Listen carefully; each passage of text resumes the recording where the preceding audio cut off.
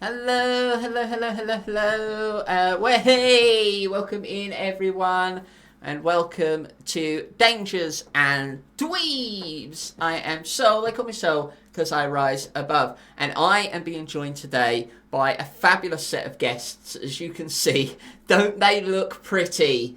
Don't they look pretty? Like you've never seen them before. And I reckon people at home who know these guests will already be able to work out who's playing who just by looking at these wonderful visages in front of you. Um, First of all, we have Scottish Meatloaf. Hey, Hello, hello. hello. Who are you portraying today? Um, Let me see the names again. Uh, where's no? That's the thing I That's sent. the But last. where That was is the it? last one. Gordon Bennett. Gordon Bennett, yes, you are the chef, Gordon Bennett. Have you had much culinary skills in your life? Hmm. I can make a decent steak marinade. Oh, okay, okay, hey. Big potato asks, what's wrong with Gordon's eyes? I don't know what you're on about. We put meatloaf's eyes on this image. So, Yeah. I want to rethink that, perhaps. Just some guy, hello, welcome in, welcome in. Swagnarok, I saw you too, welcome in, everyone. I'll tell you what this is about in just a moment. Up next, it is the wonderful, you heard them giggling, it's Pandaray! Hello. Hello, Hey, who are you portraying today? Alan Droppan. Alan Drop Pants. Oh, wonderful. A fisherman by trade, I could tell by your snazzy hat. Have you ever Yep, been fishing before? a couple times. Oh, okay. Oh, interesting. Oh, so we got some experience there. Um, I do have to ask Meatloaf to perhaps put the knife down at some point, if you'd be so kind. Never. What's wrong with Alan's eyes? Oh, look at Potato trying to worm her way out of it by saying it for everyone. Um, and now we have the blind person. No, I'm joking. No. We have the lovely Shani Banani. Hello. Hello. Go on, do you want to question the blind person's eyes, perhaps? Hmm? No. Who are you portraying today, Shani? I am portraying Larry Tuesday. Larry Tuesday, or Tuesday if you're in the Tuesday. Larry UK. Tuesday. Larry Tuesday. Is there anything that drew you to this character? No, just a No? little fun. Just a little. You've chosen hard mode with your character. Yes, I know I have. So what is this? This is a role-play game created by me in which our contestants here are going to be dropped into my world that I have created. They will have to roll their dice and use their brain power to solve puzzles, interact with my characters live here on stream throughout the evening, and achieve their goal of returning home. And we're going to meet them in their own little scenarios in the world. You can collect They can collect items in this world. They'll have to keep track of their items, and I will tell them what their abilities are. I'll do my best to also remember. But they get to interact and engage in a little bit of a narrative and try to save their souls, as it were. So, are you excited? Are you ready for this? No. No. Yeah, Hello, AC. Welcome in. Welcome in. I do know it is quite early for you, but I do appreciate you giving me your time this evening. This should be fun. If anyone hasn't seen my characters, every character I do is available in this roleplay. I've tasked them on finding as many as they can. Some of them have played this before, but they've only got through maybe a quarter of it. So some of them do know a little bit of what might be expected of them. They may have forgotten. But there's so many mysteries and hidden stuff and new things to find in this adventure. You'll be collecting items that you can utilise in other scenarios. You'll be going on quests and side quests. So without further ado, we are going to begin. We're going to start from left to right as we meet our characters. So Alan Dropants. No, yes. I just said left to right, didn't I? Yes, you And did. then I started in the middle. I might have to have my eyes checked for tats. I think we need to question what's wrong with my eyes. No, we're going to start with Gordon Bennett, the chef, who is currently in their kitchen, in their restaurant. What is your restaurant called? It's called spicy mayonnaise. Spicy mayonnaise. Okay. My eyes too, so I'm not wearing my glasses. Oh, get them on. You won't be able to see a thing.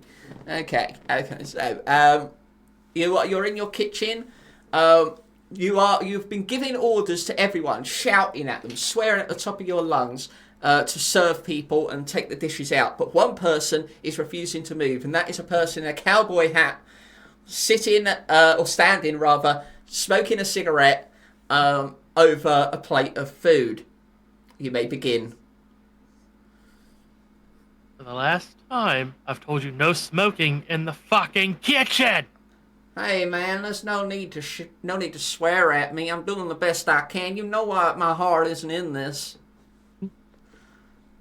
If your heart's not in this, why'd you fucking come here? Because I gotta make ends meet for my family. For Geraldine, for Geraldine the second, for Geraldine the third, for Geraldine the fourth. I'm lucky I wasn't called Geraldine. Well, maybe you should have been. Well, I did think about it. I did consider it just to fit in more with the family, and they might treat me like a sister rather than a brother. Anyway, I don't know what happens to brothers in my family. Again, just quit smoking in my fucking kitchen. All right, I put it out, crap. and I put out I put the cigarette out on the chicken breast on the plate. You've ruined my food. I'm giving it some flavor. Why are you always harassing me and swearing at me? Because you're a fucking idiot sandwich. We do sandwiches here now? You should have told me. Oh, I went down the street to Subway for my lunch. You know what? You're fired. Fired? You can't fire me. Gosh darn it, I quit. But can you give me some money for the bus? No, but I will give you that chicken if you get the fuck out. I grab the chicken and run. You have an option now. Do you wish to grab the plate of food and serve it, or cook something new? Cook something new. Okay, what do you cook? Beef Wellington. Okay, as you are cooking the beef Wellington, an alarm starts triggering from the freezer. And you notice that the kitchen is completely deserted. Be right back. Now, where the fuck did my staff go? The alarm is beeping louder. What's going on in the freezer? Better go check it. Do you open the freezer? Yes. You open the freezer and disappear in a puff of smoke. Unfortunately, you didn't grab your special item on this one, but you do have the ability to cook anything that you come across if it's required. This also extends to concocting drinks with better ease, but you did miss your special item, I'm afraid. We then switch to a different scene on a dock somewhere in the middle of God knows where two people are sitting there. Alan Dropants with a rod between his thighs and a cowboy that looks rather familiar who is struggling to find any interest in what we're doing. How long are we going to be out here, Alan? Until we catch something. Catch something? I mean, we've been here for 3 hours already, and all we quarters are cold. Well, is there any fish in this lake? I don't know. There was a big sign back there that said no fishing. So that must mean no fish in the lake, right? No. They just don't want to share. I feel like you just don't want to get up and move. You may be right. Okay. Oh, hold on. I've got something. And I'm struggling with the rod, trying to reel it in. Do you wish to help me? Yes. Okay, you help me. We're trying to force it in, and a massive boot comes flying out of the lake and hits Clive in the face, knocking him back in his chair. Clive gets up, says, "That's it. I quit. I don't want to do this anymore. This is absolutely ridiculous. I can't believe you dragged me along to this shit. It'd be like that. I mean, what am I meant to do with one boot? I mean, I can't hop around all over the place. I'm going to have to be here for another 6 hours just to catch another one." Well, you could go dive in after it. I'm, If there's I'm, anything else. I'm done with this. And I throw my hat down and I storm off. Now you have a choice. You can either sit there and relax as you were, or you can grab Clive's rod and try to double fish. Let's double fish. Try to double fish. Okay, add the fishing rod to your inventory. You will sit there for another hour or so. And at one point you get a hook, and you fight with it and struggle, but it pulls you into the lake. Yep. And as you hit the water, you disappear in a puff of smoke. You have claimed the second fishing rod. This allows you, throughout the course of this adventure, to not only be able to fish, you could fish anyway, you have that ability, but you can now hook items that are necessarily out of reach, or reach things with your rod, with exceptional precision and power. Okay? And then we cut to a little hovel where Larry Tuesday is sitting watching the TV. They open their legs and scratch their ballsack, at which point, on the TV, a cowboy appears. "Howdy, y'all. I'd like you to know that I've got a brand new album that's coming out. It's a rap album. I do hardcore gangster rap. I do all the best ones. And my best one I got is about the country roads. Country roads, take me home to the place that I belong." And you can listen to the full thing on my new album right now. It's called My Journey. And it's a story and a song and an album all about my journey. At this point, Larry, do you grab the remote control to turn it over, or do you scratch your ballsack? I grabbed the remote. You grab the remote control. Add the remote control to your inventory. This allows you to have 3 re-rolls by rewinding a roll, by rewinding the stream today. Okay, so you have 3 re-rolls. Free or free? Free. The number 3. Okay. So free, not free. Okay, got it. Yeah. As you flip through the channels, you're going through them quicker and quicker and quicker until suddenly you reach a channel that shows the image of the outline of an invisible person. At which point, you can just see like that mirror effect, like there's a shimmer of something there that you can't quite see. And as you stare and squint, you disappear in a puff of smoke. All 3 of you wake up in a forest. You may begin waking up in the forest.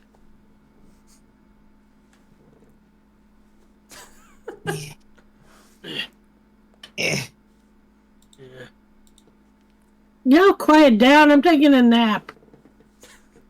Who are you? Who are Who the you? hell are you?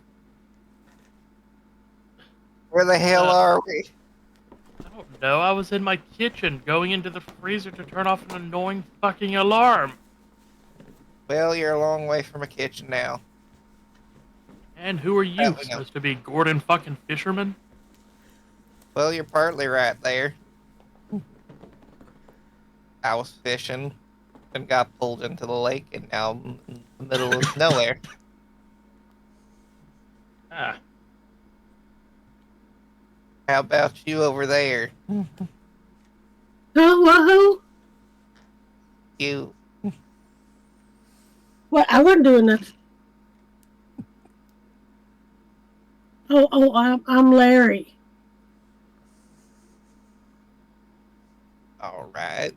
Oh, okay, Larry. What? Y'all want to play some cards? No. I want to find out where the fuck we are.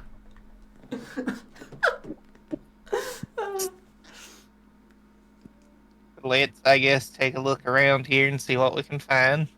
See if there's Okay. any signs of civilization. As you look Uh, around you, there are trees everywhere you look, but you do see well-worn, like well-trodden paths leading off from your area in 4 directions: north, south, east, and west. Quite clearly, you are in the middle of the crossroads. So, which way looks the best to you guys? Got forward behind us, left and right. I don't fucking know. I say let the rod decide. All right. Okay.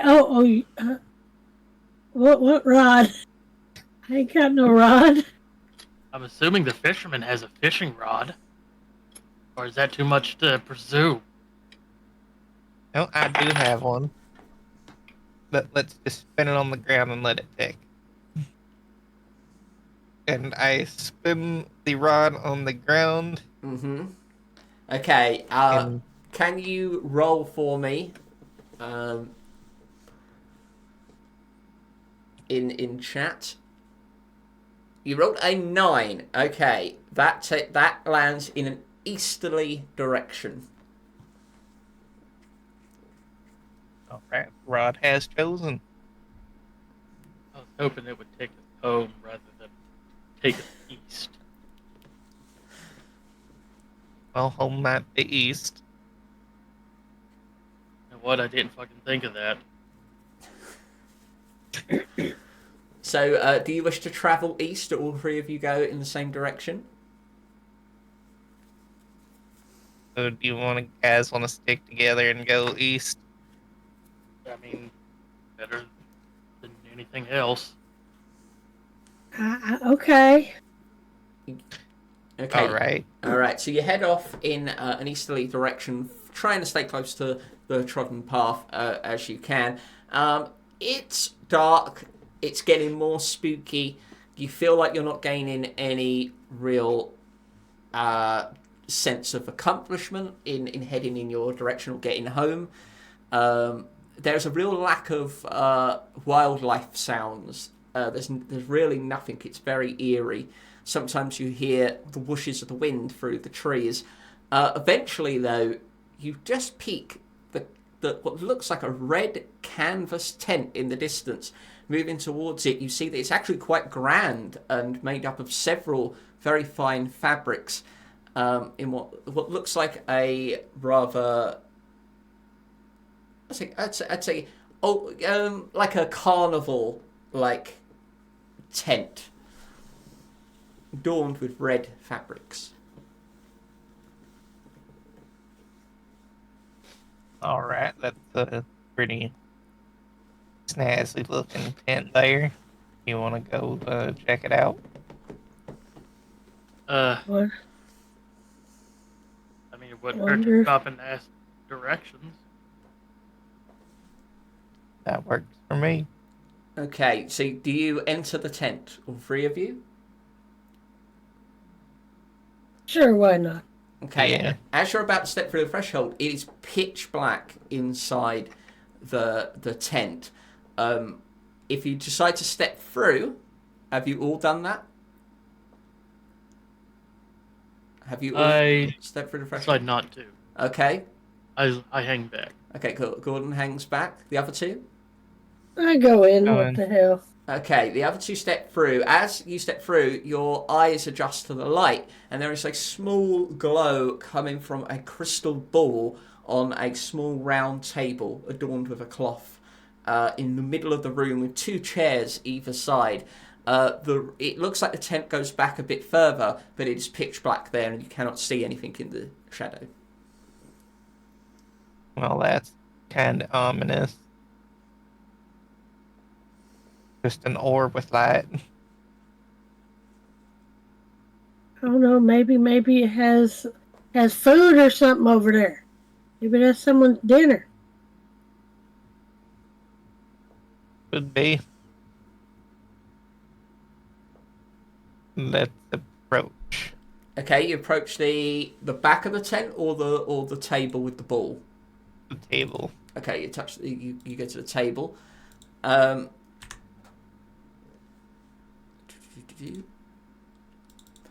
so you approach the table. As I say, it's got a dimly lit crystal ball adorned with on a small table adorned with a very fabric like fancy cloth. 2 chairs either side. There is nothing else of note in the vicinity, and the ball is sort of giving off a slight glow, so it's not lighting up the whole room, but it's pulsating somewhat with an eerie glow. There is no sounds from anywhere in the tent thus far. And I want to ponder the orb. You wish to examine the orb further? Please roll in chat. See what you get. Oh, 17. Nice. You are able to observe that the orb seems somewhat fixed to the table and looks very heavy. It's sort of mounted on something that seems to be all in one piece. It would be very difficult to remove it. You feel like you see a lot of swirls or clouds in the ball itself. So you are able to deduce that, given where you are and the kind of stereotype of this sort of setup, that this is a crystal ball.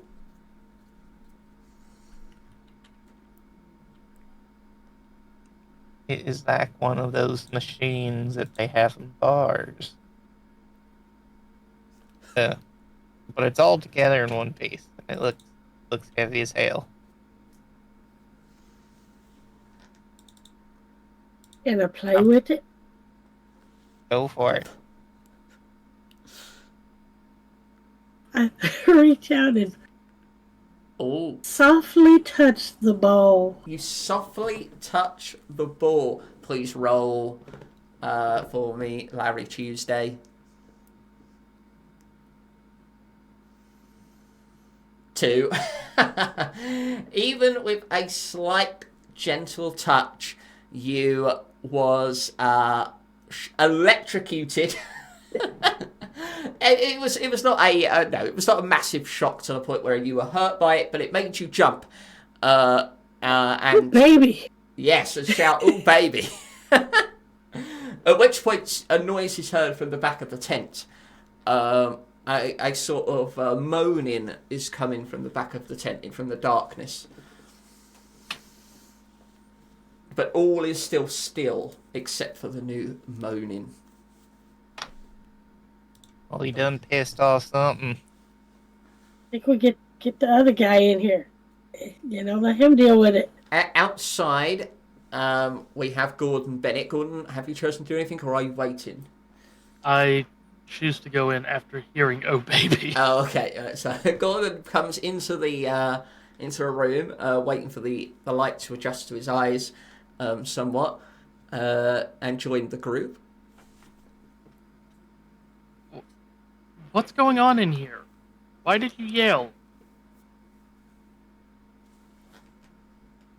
Well, it was electrifying in here. Ooh. What was? the ball. Ball. Touch the ball. Okay, I'll go and touch it. Okay. Gordon wishes to touch the ball. Please roll. Let's see how well you accomplish this. 18! You put your hand on the ball. There are no shocks whatsoever. And you see nothing wrong with it. You move your hand quite smoothly over the surface of the ball. You guys are crazy or fucking something, because there's nothing wrong with this ball. At this point, something starts to appear in the ball. The clouds shift. And you, Gordon, not the other two, have a flash before your eyes, and you see yourself being speared by a massive shit bull. A massive shit bull. A bull made of feces. And as soon as it happens and flashes before your eyes, it's over. What the fuck? Now that's some bullshit. No, a bull, as a bullock, big potato, a male cow. Yeah. Well, Yeah, no. what happened there? I think I just saw what appeared to be a bull that looked like it was covered or maybe made of fucking shit. I think you may be breathing in too many chemicals in that kitchen of yours. Probably you're cooking. I'll have you know, I was one of the top chefs in London, even though I'm American. Says a lot about the British cuisine. There's more moaning coming from the back of the tent now, a little bit louder than before.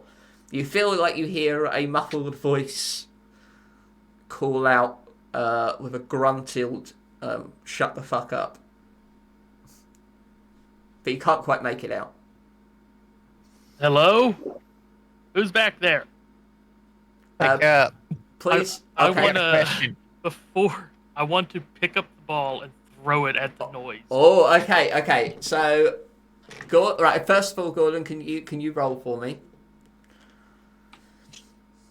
9. Okay. Your first call just got a kind of muffled grunt, but no real response. Could Alan please roll as well?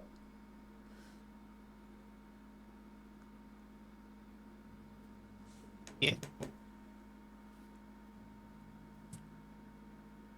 16. Yours got a verbal retort when you shouted, which was more like, it sounded a bit like this: "No ghosts, no more ghosts." At which point, I believe Gordon tries to pick up the ball. So please roll. 7. You're unable to lift the ball. In fact, you end up lifting the whole table up, but it's so heavy you only got it maybe a few millimeters off the ground before you had to drop it again. Damn it. Told you. Hello? A voice Hello? comes from the distance. Is someone out there? You've come to hurt me? Nah. We got a question or two. Questions? I'll have you know that I am trained in many martial arts, including, but not exclusively, origami.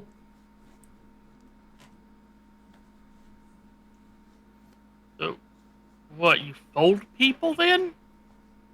Eh? No, I don't play cards. Want to play cards? What's going on? Larry. The only cards I play have pictures of bloody death on them.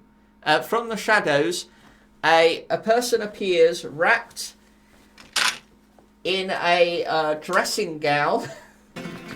Hey, who did that? Oh, so that's Leogon.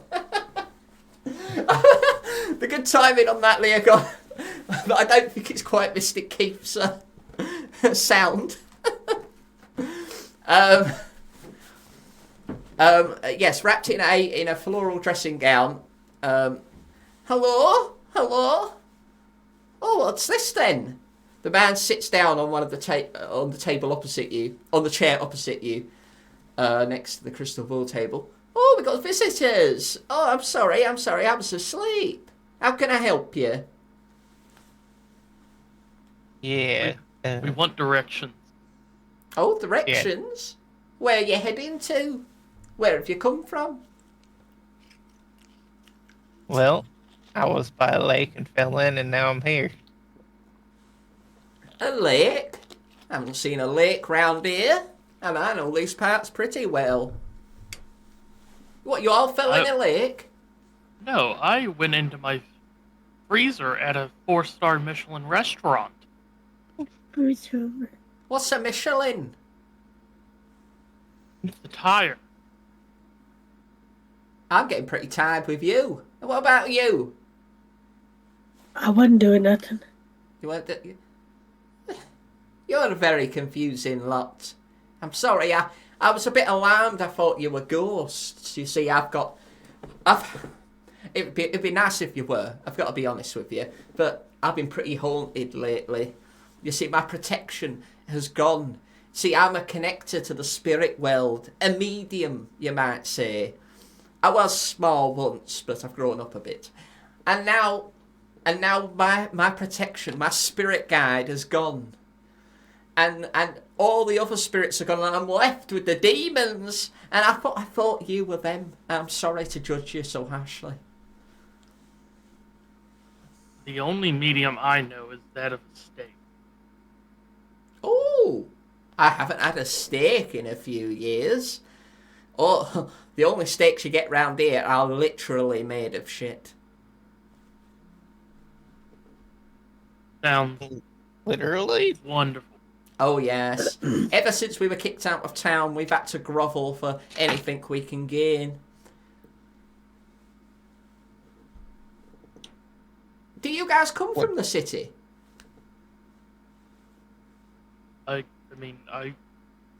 No. What city? What's the nearest city? Oh dear, you don't know. You must not be from around here. The town of D20. You see, it used to be You know what? Okay, you clearly don't know what's been going on in this world. You see, all these nerds got together, right? And they formed a club, an underground club, to upheave society, as it were. And they used their intellect and their fantasy powers of imagination to overcome an entire government system and kick out anyone that wasn't in any way scientific or in any way imaginative in their game role-playing choices. So if you were a labourer, yeah, or you were in any way spiritual, you were kicked out.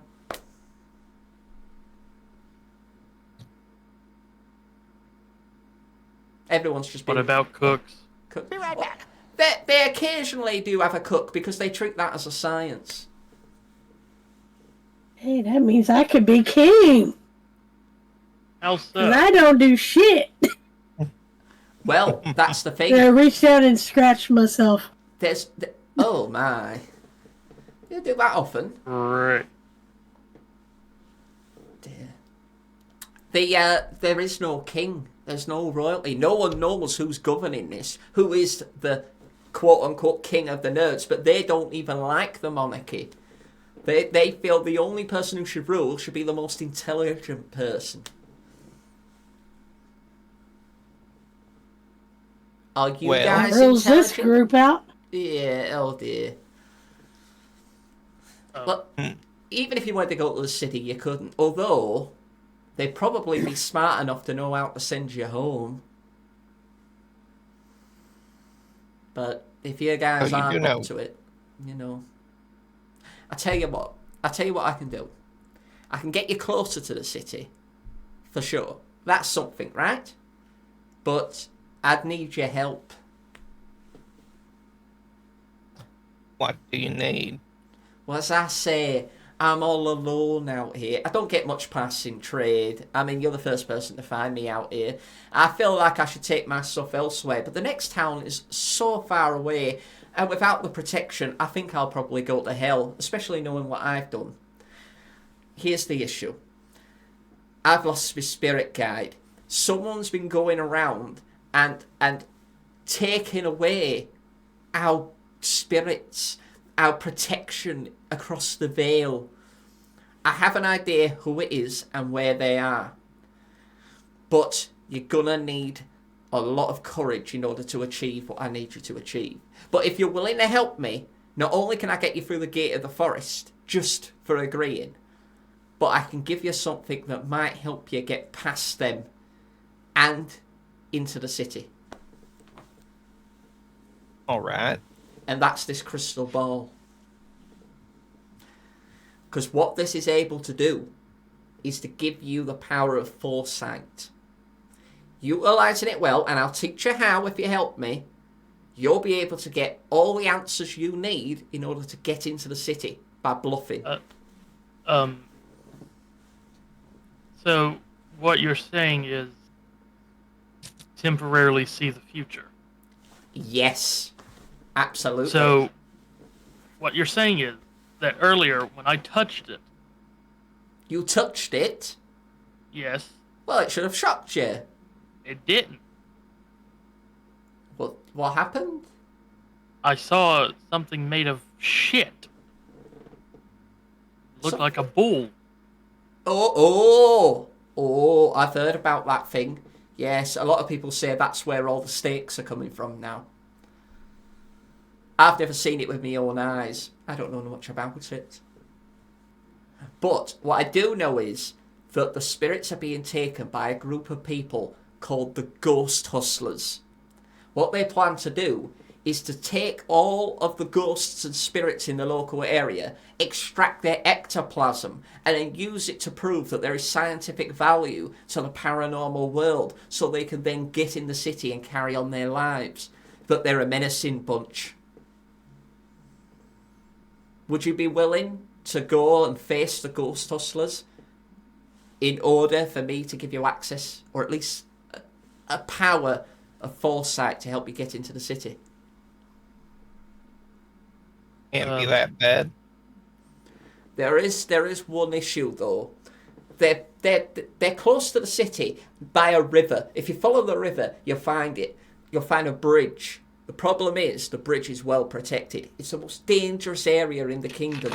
If you try to cross it, you'll get killed. I don't know how you'll get across it without getting killed, but if you do, you might be able to take down the Ghost Hustlers and break down their operation at the very least. What do you say? We got a deal? Sure. Like real ghosts? Oh yes, real ghosts. Don't you believe? Not particularly, not I. Well then, you'll be willing to prove me wrong then, perhaps. I'm a chef. I don't need to prove anything to you. Fair enough, You're but being a dick. you might not be able to get home without me help. You've seen the power of the crystal ball firsthand. What's stopping me from just punching you and taking it? Absolutely nothing. Although I will say that you have to be very special in order to take this ball. Even if you did knock me out. I don't want to knock him out. I want to just pick up the ball again.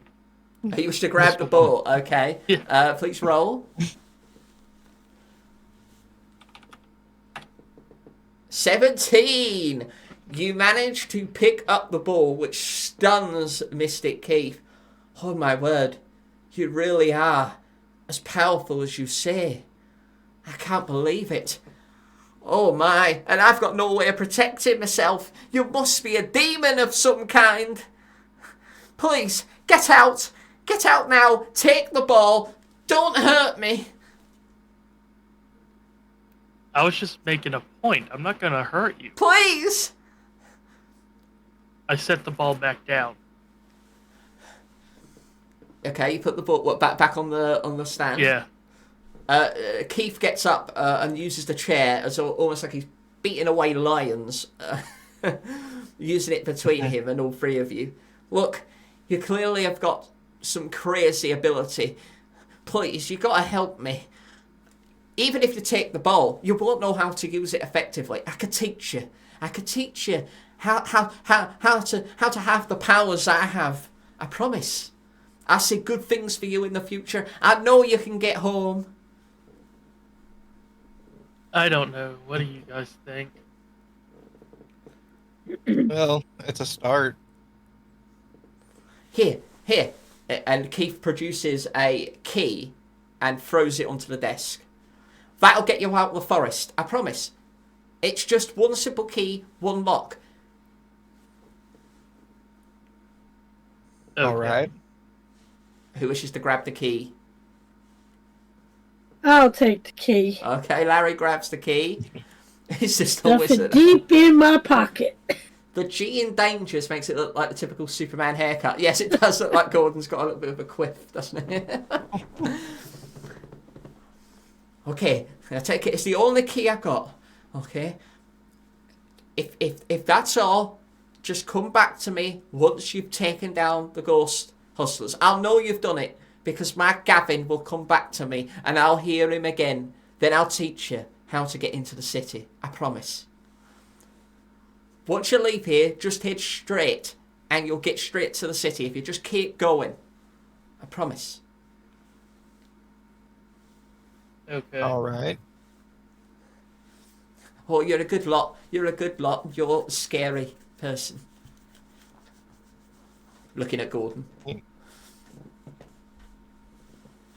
I've never I met... lean in closer and just say, "Thank you," and just have like the Hannibal Lecter stare. Well, if that's all our business, farewell. Keith disappears into the darkness, but a note falls from the floor where it must have fell out of his pocket, close to where he disappeared. I go and grab it. Oh! I think Gordon got there first. Gordon, you grab the note. It appears to be a cryptic note. I'm going to send it to you now.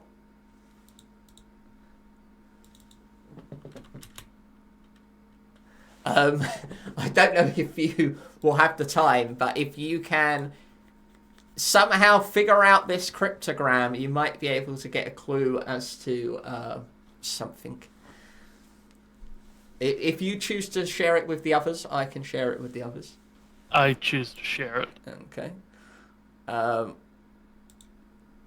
For the sake of brevity, it's up to you if you wish to do this.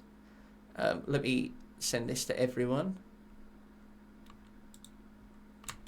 There you are.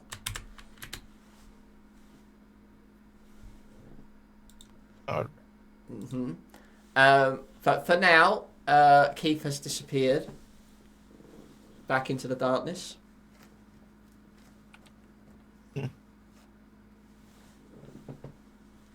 What do you wish to do? Well, I say let's follow the directions he gave us. all right, let's do that. Okay. So you're leaving the tent, Yes. Yep. and you're making your way back towards the crossroads, correct? Yes. Okay. The trek is fairly long. The sun is now pretty much overhead. It must be around midday. Regardless of what time you disappeared, it appears to be midday here. You reach the crossroads once again. Well, he said just keep going straight, didn't he? Yeah. So you have come from the east. Do you wish to head west? So you're going to head west, yeah? The walk is not as long as it was previously before you meet a very grand bright orange door that is as high as you can see into the sky. Maybe it's tall enough. It's over the top of the trees, and a fence that goes across and spreads out deep into the forest, spreads out on either side. There is no real way of climbing over or seeing a gap or where the fence ends, but there is a giant door in front of you that is closed. The grass is green.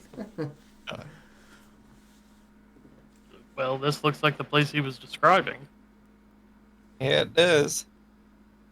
You see a lock anywhere? You do. There is a quite a big lock in the door. I would say the lock is bigger than the key that was picked up, but it's quite a noticeable lock in size. That looks a little big for that key there. I mean, wouldn't hurt to try it anyways. I mean, go for it. Knock yourself out. Who had the key again? Larry, Oh, what? I wasn't doing nothing. we need the key. Oh, okay, hold on. Dig deep into my pocket and pull the key out As you slowly. pull the key out, a surge of energy beams forth from the edge of the key, looking for a location. Almost like it's sort of like a real powerful beam of light. Can you roll for me, Larry? Clear.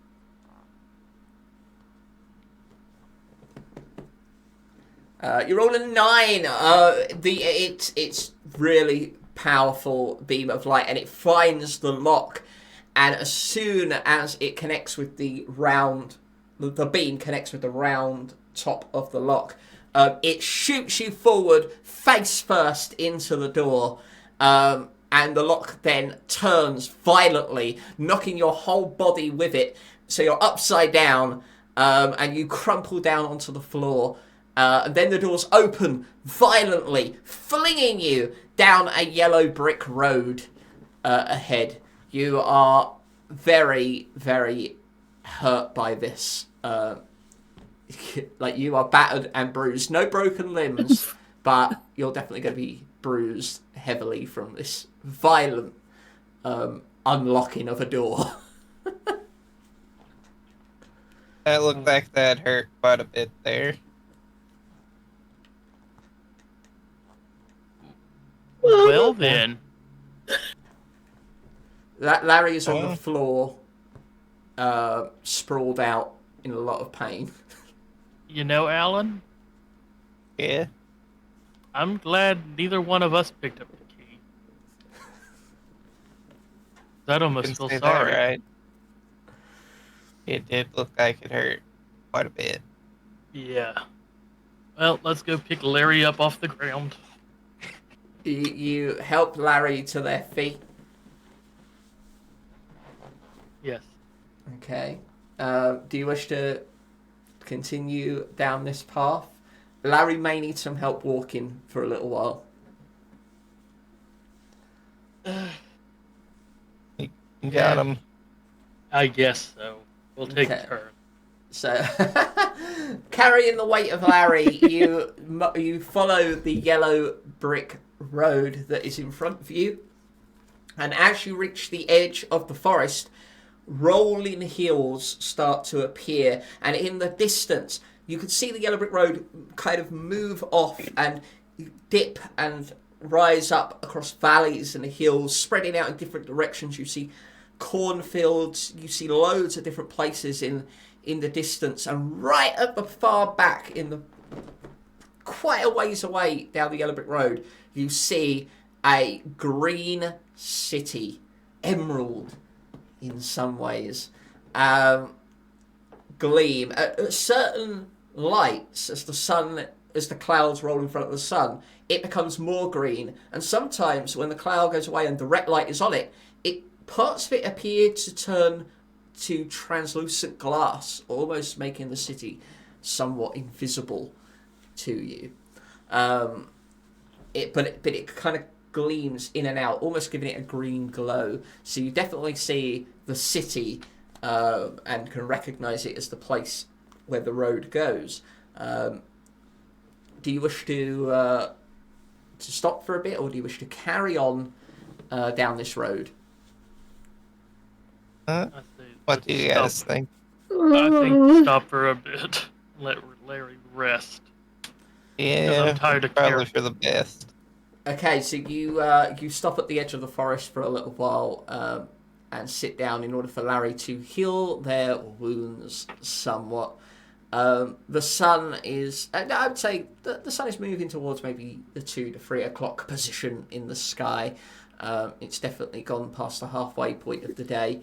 None of you are necessarily tired. In fact, again, the sounds don't feel like you're actually outside. There is such a lack of wildlife or birds singing or anything. It's just the wind going through.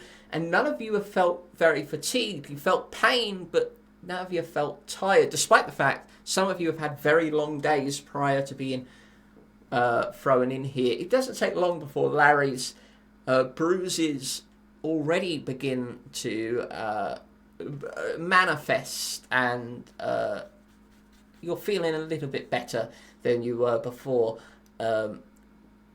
You sitting on the edge of the tree line.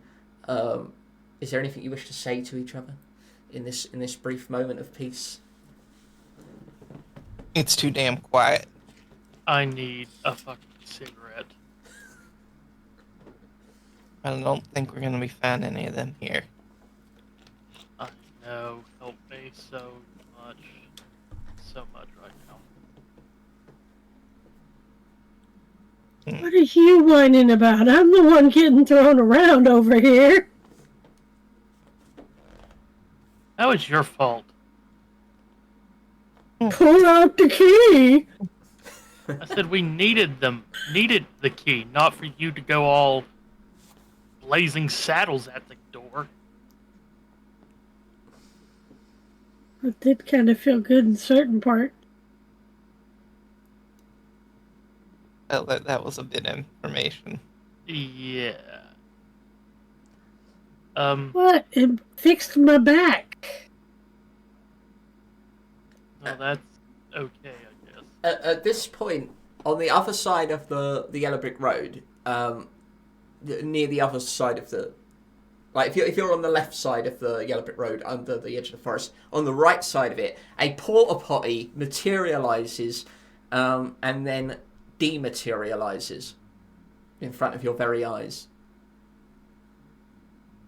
What was that shit? Was that a turd shed that just disappeared and appeared? I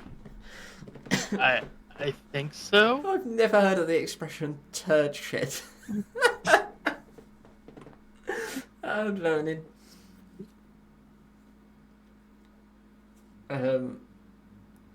Are you willing to continue on, or? Yes. Yeah. Okay. I'm curious now. I don't trust anything that comes in and out of existence. Well, it could also be a way out of here too. Is it still even over there? No, it disappeared. It materialized and dematerialized. Well, since it's not over there, let's, I guess, just keep moving. Well, let's do a bit of investigating. What, you wish to investigate the area in which Yes. it materialized? Okay, please roll Yes. for me. Oh, a 15. Nice. You actually see where the grass has been compressed by where the porta potty was. And in that grass, you just notice a screwdriver of some kind. Like, it doesn't look like a traditional screwdriver, but it all intents and purposes, it looks like a screwdriver from another world. It has all the hallmarks of a screwdriver, but it looks somewhat fantastical. Like it's come out of a science fiction movie. This is a fancy-looking screwdriver we got here. I pick it up. You pick it up, Show okay. them. You are currently in possession of the screwdriver. Just keep a note of that. Add that to your inventory. You have a screwdriver in your hands. He shows it off to the other two. It's an odd-looking screwdriver. Give you that. Yep, and it is. I wonder if we can pawn it off. Get a little money. Well, I love the Okay. fact the first thought is to sell it. Hold on. I need to ask you something, Larry. Yeah? I Hold on. assumed Alan's a fisherman, which I was somewhat right about. But what the fuck do you do? I'm currently between jobs. well, what did you do? And what are you wanting to do?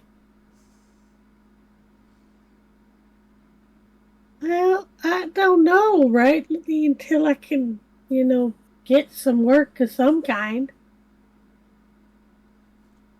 Till then, I just sit there and I play with my dice and my cards all by my lonesome. Oh, Larry's breaking my heart. You just see Gordon grab the bridge of his nose and sigh.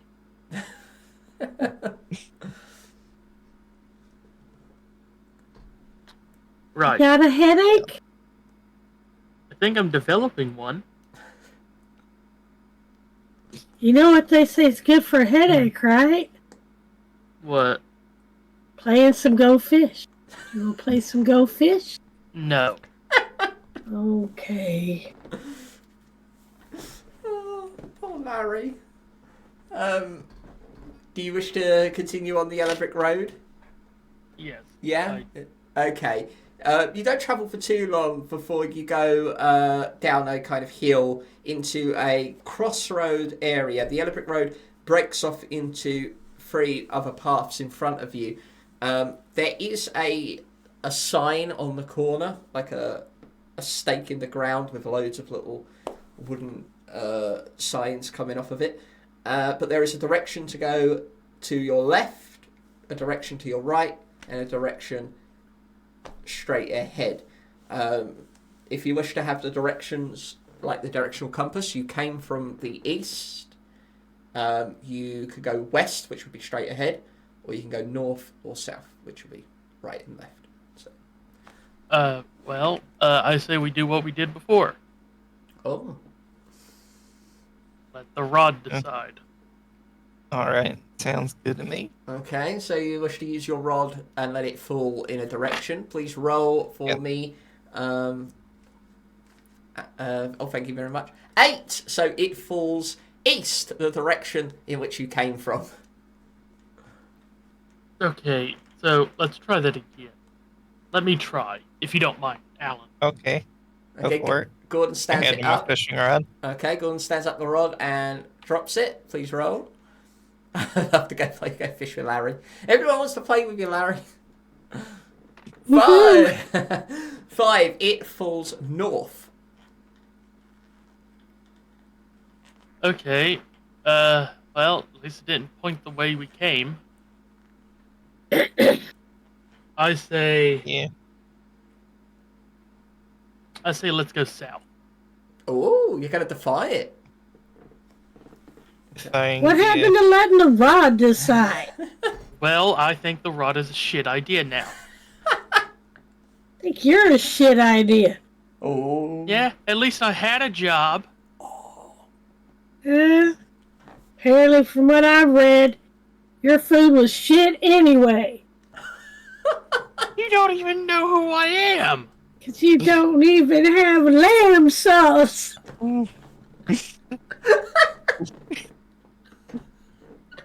Oh, someone needs to clip that.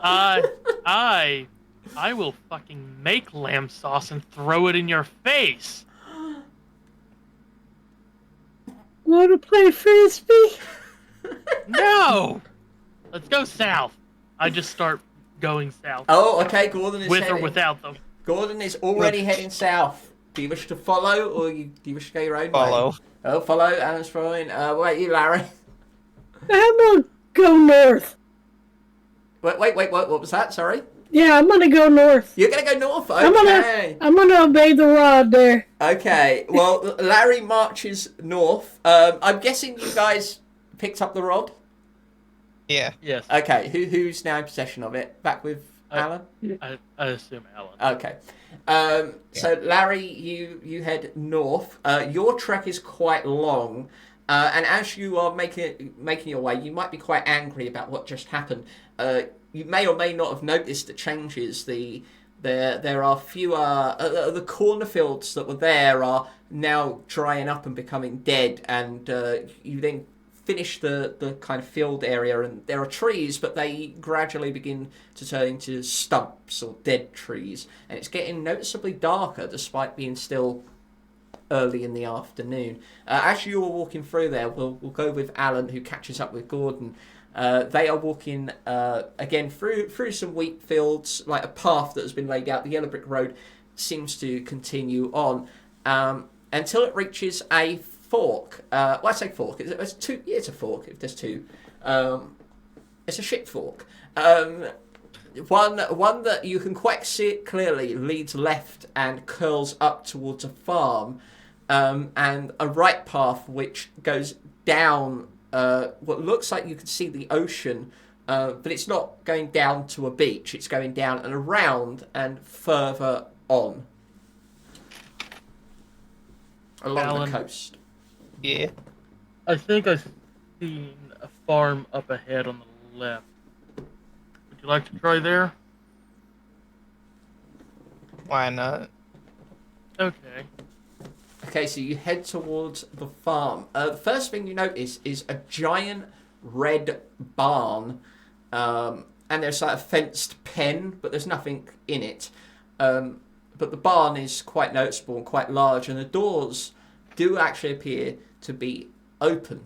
Do you wish to approach it, or do you wish to go to the pen, or do you wish to continue to explore the farm? I like to explore the farm. Barn, yeah. Whereabouts are you at the moment, Alan? I will accompany him to the barn. Okay, as you step towards the barn, you do not get that close before a gunshot fires and narrowly misses you, hitting the ground in front of you, causing you to stop where you are. You hear a voice bellow forth, "Oi! Don't go any further!" Okay, we won't. What? Was that necessary? Well, you're trespassing. So, Not trespassing if we didn't know. there's a sign. There was no sign. There was a sign at the crossroads. You can't give me that. You can only come from one direction. If it's Well, we're kind of new to these parts. Hold on. If it's a crossroads, then how could we come from one direction? Only one of those crossroad paths goes here. But there's a fork back there. Oh yeah, that's right. They built a gravel path. All right, all right. I haven't erected a sign on that side. What do you want? Just the talk. Talk? Oh, bugger. All right. And as you as you watch the side of the barn, a man appears. Bloody hell! Hold on. Let me get the costume on.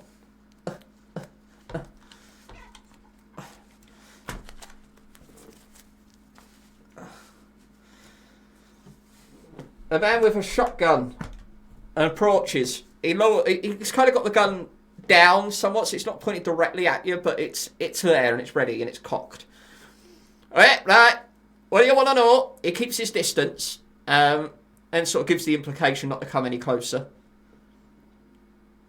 I raise my hands and just say, "Can we please just drop the gun entirely?"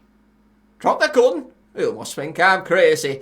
You come over here and you do stuff to me, and my family, and my wife. That's why you're here. You're here for my prized possession, aren't you? And what's your prized possession? My famous bull.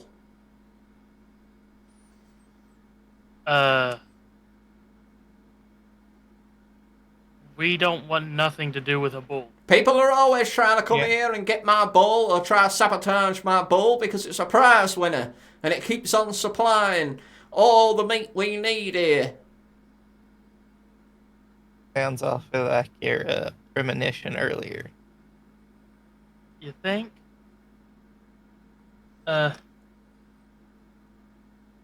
Sir, how about we come to an understanding?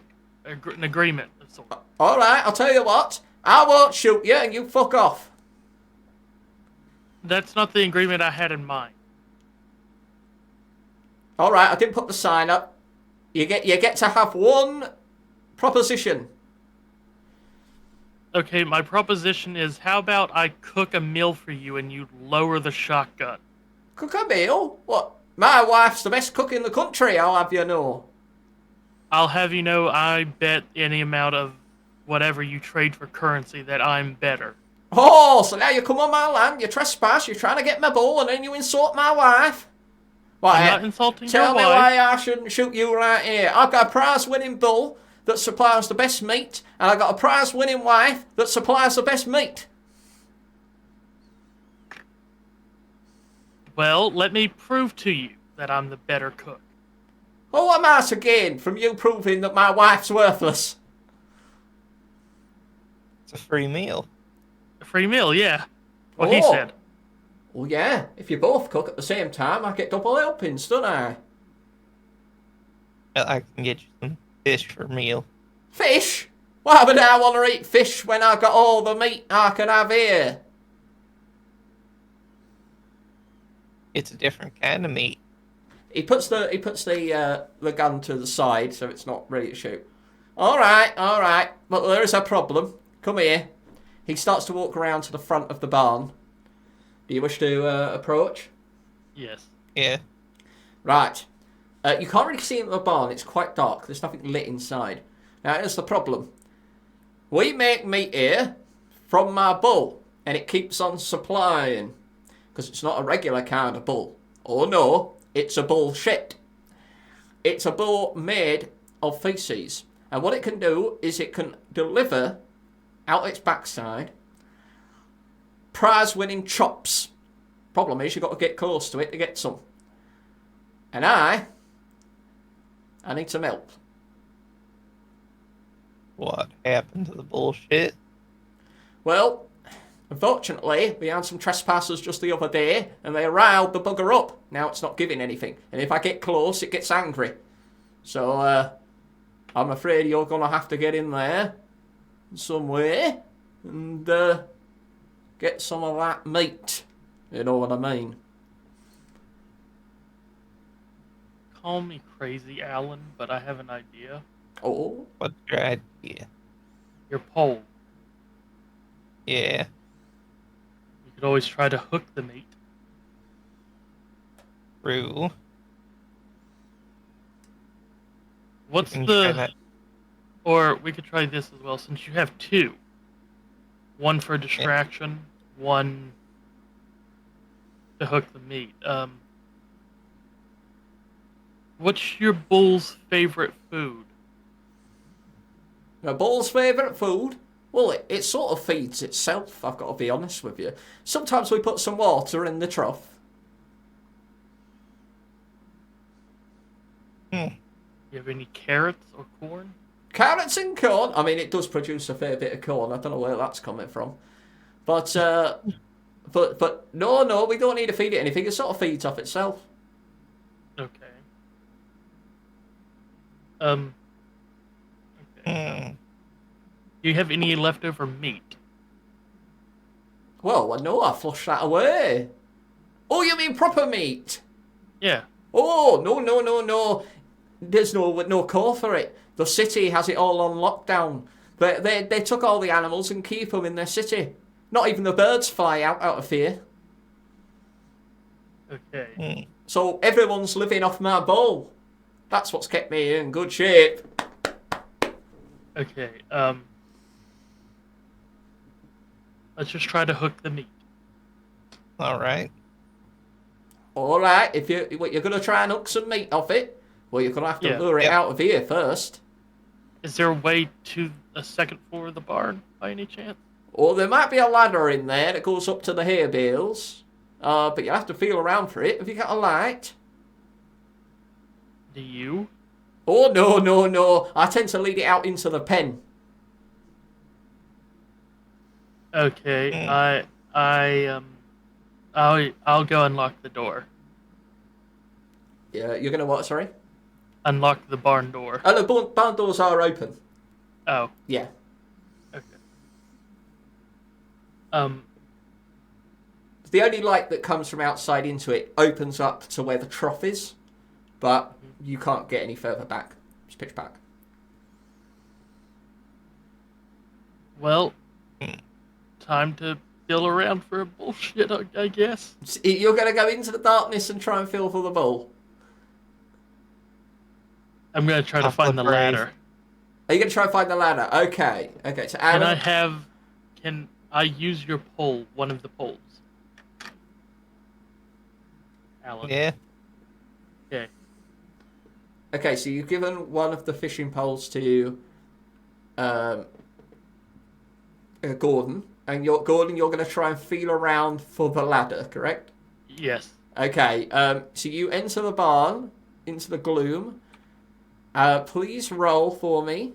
And hello, Strixie, welcome in. 3. As you step into the darkness, 2 red eyes gleam in the darkness. You have but a split second to decide whether you run back out the barn, stand your ground, or if you have any other offensive action you want to take, please let me know. But you've only got a second to decide. Let me run out the barn. Okay, you And run out. Run out and like try to dive left or right. Out right when I get out. Okay, so you run out, but please roll for me again. 6. You run out of the barn, but as you reach the threshold, the bull has already caught up with you, and your premonition that you had back in Keith's tent comes true as the bull made of shit gores the back of your ass and takes you up, hooking the back of your chef's shirt and takes you round. It runs into the pen opposite the barn and starts running around with you flapping away on the front of its head, holding a rod in the air. Oh god. Can I try to get off? You could try to unhook yourself the best you can. Please roll. Although you are doing it one-handed because you are holding the rod in the air. Okay. So you do have a bit of a disadvantage on this roll. 14. That's enough to perhaps. Okay, you do manage to unhook yourself, but you get because you fell in front of the bull. The bull actually gores you again and knocks you to the side, smashing through the fence. You take some damage from that, and you are on the floor quite hurt. And you dropped one of the rods in the middle of the pen. In the process. Oh god. Alan is standing with this farmer. Well, you got him out in the open. How do we get the meat? It won't probably run away from the pen unless you anger it further. It knows its home, you know. That's quite a lot to take in there. Yes, well, like I say, if it weren't for trespassers like yourselves, you know, they wouldn't be as angry. Well, do you know how to calm it down by any means? Oh, yes. What that might be. Oh, I feed it trespassers. Well, shit. Yep, that's what it's made of.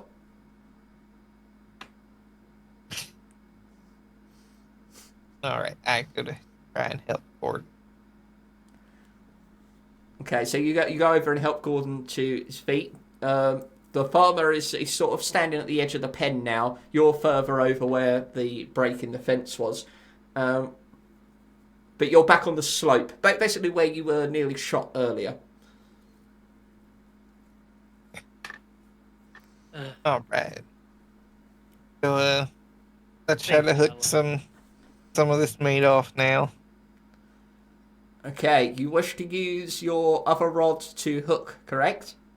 Yes. Okay, you're going to try and hook the ball. You do have an advantage because you are very precise with it. I will still need to ask you to roll to see how effective the hook is, even once it is done. 17! Amazing! You stand at the edge of the pen, you reel back and cast your rod, hooking the hind of the ball. It lets out a noticeable noise of frustration, and a chop of shit gets hooked on the rod, and you're able to reel it back with ease. To which the farmer goes, "Oh, well done, well done. It doesn't even seem that fazed by it. Of course, we're going to need 2 if we're going to have a competition." All right. Let's try that again. See if I'm just as lucky. Do you unhook the other shit chop first, or do you let Gordon take it? Let Gordon take it. Gordon? Okay, I take it, and I ask Boulder where the kitchen is so I can start. Oh, then there's a cottage just behind the barn a little further on. You'll see it, just go past. Don't mind my Okay. wife, just tell them that you know me. My name's Boulder, by the way. Okay, Boulder. So you're heading off? Yeah. Okay. Do you wish to hook one more chop? Yes. Boulder. Okay, cast once again. See how effective you are. 2! This time you do manage to hook it, but unfortunately you're not able to reel it back, and you get dragged along face first. Face first around the pen as the ball moves round in a circle. Boulder is watching this chocolate. Oh, very good, yes. At this moment we cut back to, is Shani, you with us? Yep, I'm here. Okay, Larry Tuesday, you have managed to arrive at the edge of a graveyard. Okay. There are tombstones everywhere and lots with some, mounds of dirt haphazardly placed, so a lot of fresh graves. But it's very spooky. The sound of owls seem to come from just one distinct side, the side of where the city is. But otherwise it's pretty silent and spooky, and you're all alone in the darkness. Bloody good impression there. Do you wish to... what's your reaction to seeing this?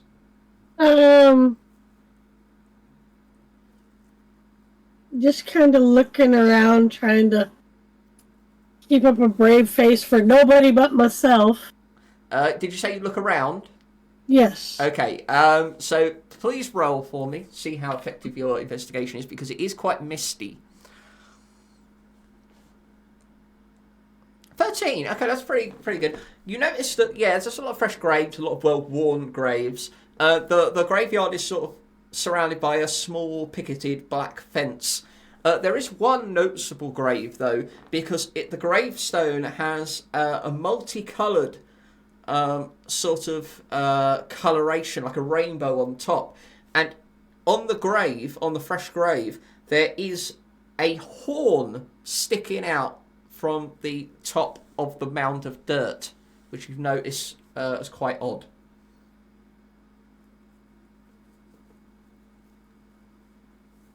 I walk over and squeeze the horn.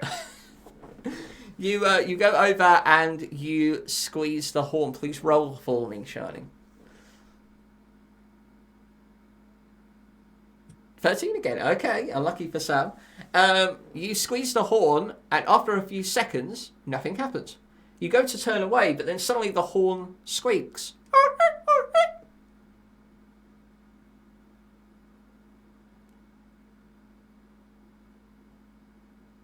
Larry? Turn around and look back at the horn again. Then nothing has... Give it another squeeze. Oh, we give it another squeeze. Please roll. Please roll. 17. You squeak the horn a couple of times, and while even looking at it, you didn't have to turn away. Immediately get... I don't even know if that's being picked up on Discord, but... It is. Okay. And it seems to be going at quite a fast pace, and then it stops.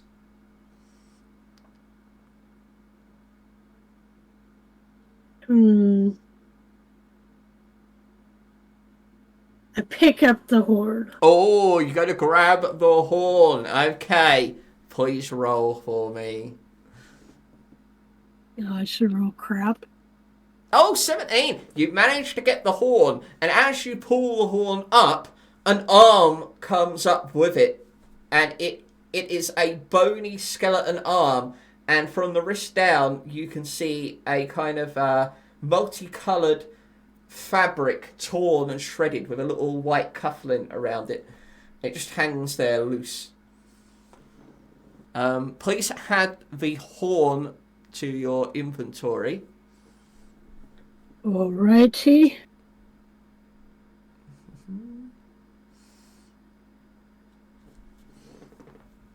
Okay, it's up to you where you wish to go now. You can look further into the graveyard. Yeah, I'll look further in. Oh, you do? You do? Okay, you wish to go further in. As you get further, the mist becomes even more dense. You feel like you're hearing noises. Because of the silence of the wildlife, it's more noticeable when there is a crack of a twig in the distance. Or you feel like you're hearing sounds, but when you look around, there's nothing there. There's just white fog. Eventually, you come across 3 gravestones. You come across 3 gravestones in front of you. They are quite large, each with a fresh mound of dirt. And near one of them is a wheelbarrow with a shovel sticking out of it.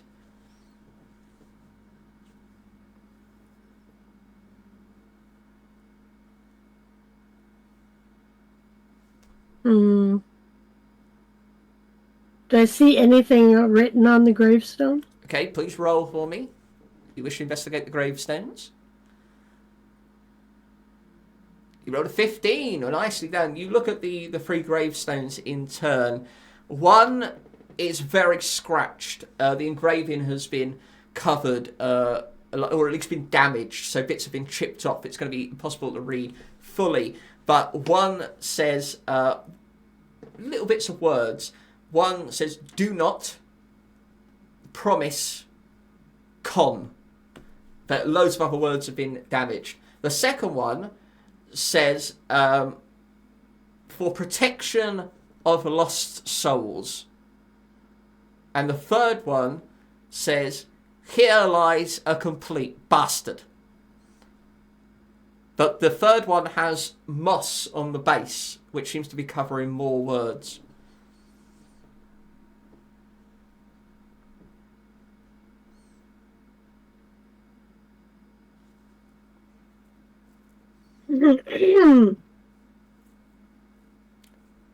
What do you wish I to think do? I want to investigate more on the one that says for protection of lost souls. Ah, okay. Just as you approach it, there is a small rumble under your feet. Not enough to knock you off your feet or anything like that. It's rather gentle, but a tremor, which is noticeable at the very least.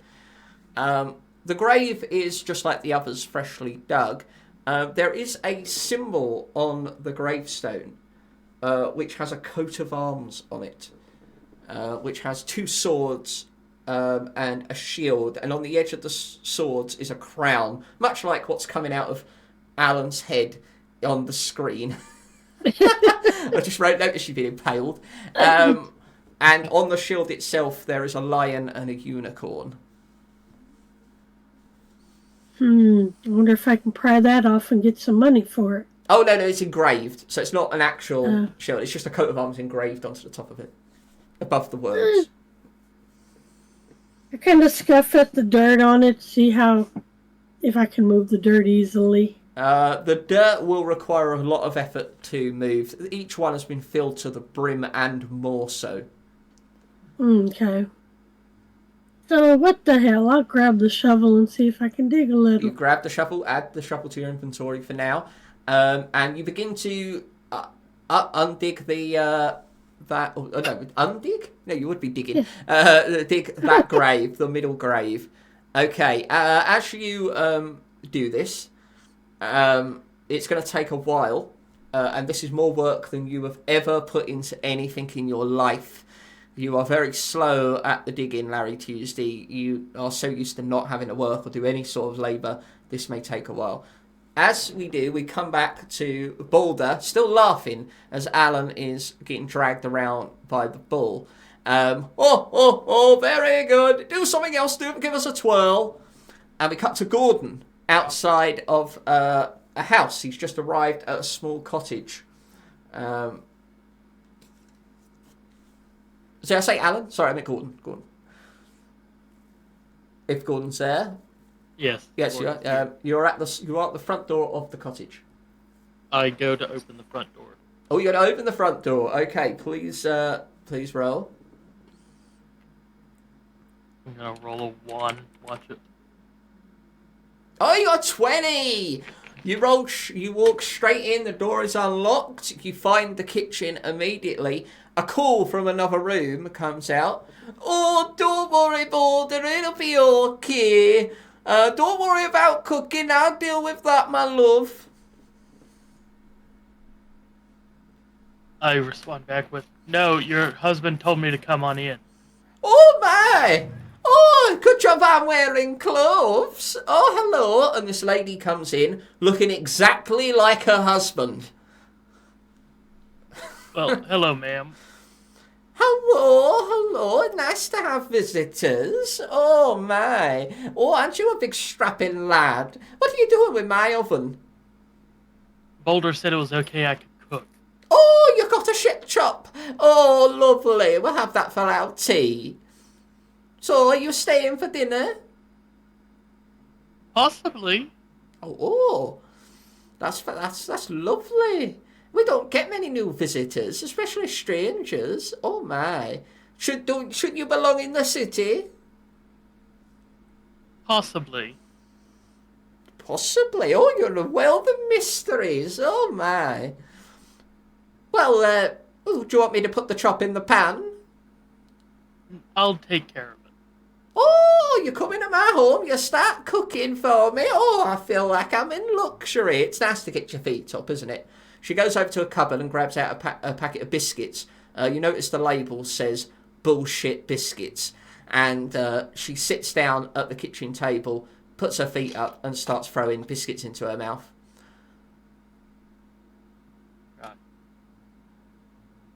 Do you have any knives and utensils I may use? Oh, yeah, they're all in that drawer over there. We don't tend to use them. We're so used to eating with our hands here. We like to get them dirty. Okay. So, I start making a shit Wellington then. A shit Wellington. Brilliant. We cut back to Boulder with Alan. Alan, you are being dragged around for quite some time now by this bull. What do you wish to do? Help me, damn it! Oh, go on. Go around one more. Help! Oh, all right.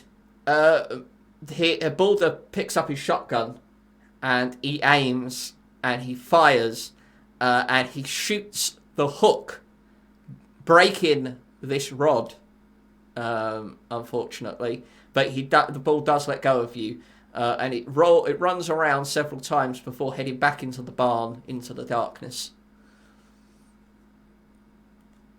You all right there, fella? You broke it.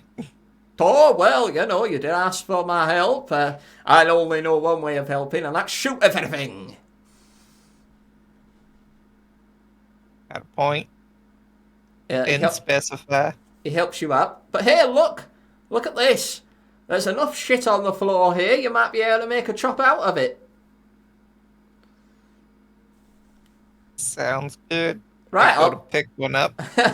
you gather up some shit from the bullshit's tracks. Right, come meet my wife. All right. He doesn't really help you that much, to be honest with you. He lets you fend for yourself as he picks up his gun and marches off quite confidently towards his cottage. Larry's about halfway done with the digging at the moment, and there was another rumble while he was in mid-dig that gives him a lot of attention to fear. Do you continue to dig, Larry? Yeah. Okay, you carry on digging. We cut back to the house as Boulder and Alan walk into the kitchen. where Boulder's wife is talking to Gordon about her knickers. And then I had a lovely tear here, and that I thought, oh, I'll tell you what I could do with that. I could turn that into a kite. Interesting. I'm just sitting there chopping whatever I'm chopping. Oh, hello, dear. Oh, you've caught us in the Hello. act. Oh, what do we like here, Gordon? What do we like? And she keeps kind of whacking you on the back. Oh, ain't we naughty? Sure. Oh, I won't pay much heed to her there, Gordon. She'd bonk anything. Okay. I Yeah. turn to the oven and start frying the shit steak. Here, wife. Oi, don't go sit down. You're going to be competing with this fella here. You're going to prove that you're the best cook in the kingdom. Oh, no, you know I'm not the best cook. I got that, that citation. Do you remember? That was a certificate, wasn't it? For, best cook in the country. No, worst. They told me I was bad from cooking publicly again. Oh, dear. Oh, well, I promised this lad here that you'd compete with him in a competition. Oh, I don't know about that. I probably wouldn't be able to match the bravado. I mean, look at the way he chops, Boulder. Look at the way he chops. I know, he'd be quite good at dealing with them trespassers here. Oh, ho, ho, ho. And he smacks the back of your shoulder in jest. I just laugh nervously. Alan, come sit down. We'll lay the table for you. Boulder goes over to a cupboard and starts grabbing stuff out of it. Alan, do you wish to sit down? Yes. Okay, sit down at the table. Boulder comes over carrying a load of stuff, and he just drops it all right on the table, and the table collapses onto the floor. Oh, well, it'll have to be a TV dinner. Come into the lounge. And he walks into the lounge with his wife. Do you wish to follow? You're now both alone in the kitchen. I'm still cooking, aren't I? Yes, you are, yeah. I have to stay. Gonna talk to Gordon a little bit. Okay. While we're talking, I would also like to investigate other cabinets for like spices. Oh, okay, please roll. Please roll for me.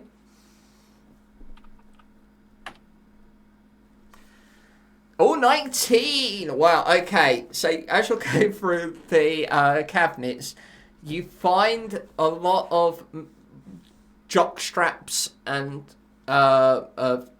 like fetish equipment, masks, gimp masks. In another drawer, you find a lot of magazines on how to cook humans.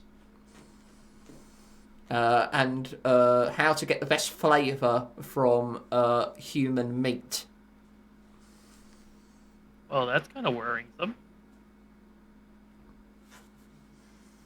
What? Fine. How to cook human. Well, that's not good. Maybe it's just light reading material. Who the hell knows? Hey, what's going on with them chops? They're almost done.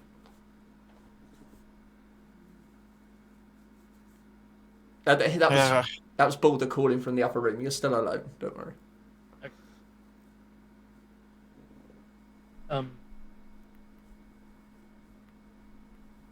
So yeah, do I find any spices or anything? Anything that you do want to add, you can. Yes, you do find the spices you're looking for to make the best meal that you possibly can. In addition to all that other stuff. Okay. I don't have to list what I'm adding, do I? Just that I add spices to the No, you add spice. I imagine you're gonna put the best meal possible. You can cook, so your ability is that whatever you cook is gonna be pretty top class. Okay. Without having to roll for it. Okay. But I would also like to look at the lower cabinets now for some more stuff. You find everything you need, but you don't find anything else. You found, with your high roll that you got, you did find everything that was concerning. I would also like Notable. to pocket a knife. Oh, okay. You wish to grab one of the knives for your own protection. That is absolutely fine. Please add a knife to your inventory. How long are you going to be? I'm not used to waiting for meal. It's done. It's done. I check the food. Okay. See that it's done. All right. Do you wish to take it into where they are? Yes. Alan, do you wish to follow? Yeah. As you come in, you only see Boulder sitting with a tray on his lap in front of a television set that isn't turned on. He's waiting impatiently for his meal with a knife and fork in his hands. I place the meal in front of him. As you do that, he throws the knife and fork away, grabs the meal with his hands, just sticks his hand in the boiling hot food, and starts gobbling the shit into his mouth. Well, I can't judge Oh! from here. Oh, you've done this bloody nice. I don't know what you're putting. Oh, lovely, lovely. I suppose it's time for us to do our turn. Wife, are you ready? And a corner of the room, there is a curtain, which is slightly drawn back by his wife. Oh, I'm ready now. Which one of you is it going to be? Who's doing the tasting? Not it. Damn it. Oh, it's you, Gordon. Okay, lovely. Alan, would you mind coming in here with me? Yeah. Okay, Alan goes behind the curtain, yes? Yes. Okay, as you go behind the curtain, she asks you to get in the pot. Would you mind climbing in? I'm gonna pass on that one. Oh, go on, get in. I've already made it a nice little temperature for you. She puts her elbow in, and then she licks her elbow. Oh, that's lovely. Go on, hop in. I got a little stool for you. No, I don't want to get in the pot. Oh, don't be silly. Gordon's waiting for a nice meal.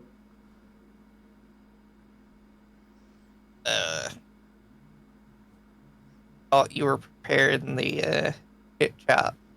I am. I've already put the shit in. I'm just waiting for you, my dear. I promise I'm not that tasty. Oh, it's okay. I'm not gonna have to eat you. It's Gordon who's doing the tasting. Boulder shouts, "What's going on there, love? You got some problems?" Ah, that's the problem with this Gordon, you see. She's always so bloody dramatic when it comes to these things. She's a perfectionist, you know. I'm gonna go back there and just check to make sure everything's okay, if that's alright with you. Oh, yeah, certainly, certainly.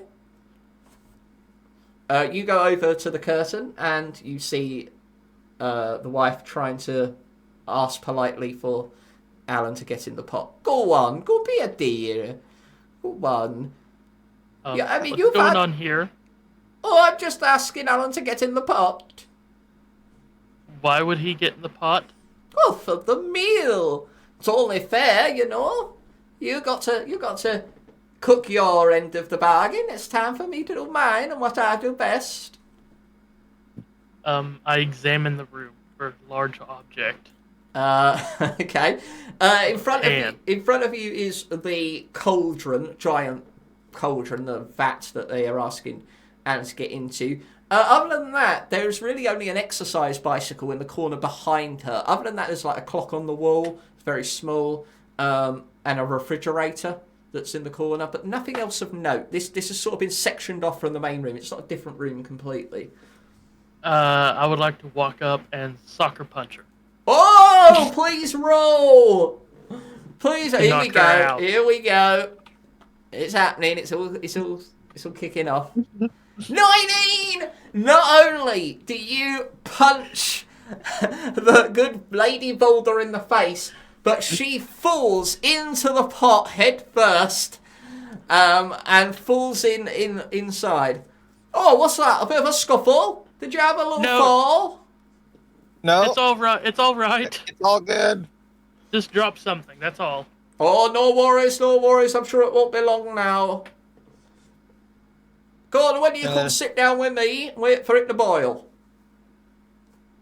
Okay, Alan. So Boulder can't hear us. talk quietly. If you whisper, he won't be out of here. No. Alan, Yeah. wait for it to boil, and then tell Boulder when it's done. It should be done in like 5 minutes. That Okay. his wife had to step out to use the bathroom, and that she wanted him to also try it first before I try it. Okay. Okay. I'm gonna get a bunch of spice in my hand and throw it into his eyes. Okay. As you're discussing this, you hear Boulder say, "I'm just going for shit," and he he leaves the room. I just put the rest of his wife's body in the pot before I leave and sit down in the other room. Okay, so you've got to sit in the other room. Alan, what are you doing? I'm gonna get a bunch of spice Yeah. and put it in my hand and close it into a fist. Okay, but you're going to be behind the curtain for now. Yes. Yeah, okay. After a few minutes, Boulder comes in and goes, "Oh, well, I'll give that a little while before you use it. Oh, what will that healthy meal went right through me. Oh, how's the meal coming along? Any progress?" He says to Gordon, nodding towards the curtain. He's standing up quite close to the curtain right now. Your wife said something about you trying it first, just to make sure it's up to her standard. Oh, that's not like it, but that's kind of to include me. He goes round the side of the curtain, and he sees Alan standing next to the pot, I imagine. Yeah. Oh, hello, what are you doing here? Thought you were meant to be in there. Your wife had to go outside and do something. She told you she wanted you to try it first before Gordon. But try what? You're meant to be inside there. Yeah, something's going on here. Something's a bit fishy. I want to throw the spice into his eyes. Okay, please roll. Please roll for me. 9! You throw the spice in his eyes, which stuns him just slightly, but he hasn't blinded him or caused him any. "Oh, what are you doing? What are you doing? Right, that's it!" And he storms back into the other room and goes over towards the chair to get his gun. I tackle him and put the knife up to his throat. Oh, right, please roll for me. There. Oh my, it's all kicking off now. 13! You managed to tackle him. And as you go to put the knife to his throat, he knocks the knife out your hand across the room, and he grabs you by the neck. So you're now both holding each other, but with you on top. Boulder, what are you doing? What am I doing? What are you doing? He's meant to be in the pot. You're tackling me. Where's my wife? Your wife's out in the bathroom. I was in the bathroom. She didn't pass me. You're a liar. And he headbutts you. Ow! You're going to have to do something quick, either one of you, because he's about to get the advantage. Is there I look for a pan. A pan? Yes. There was a big spoon that was being used big metal spoon that was being used to kind of mix the cauldron. But there was no pans here because they were in the kitchen. I grab a chair. But you grab a chair.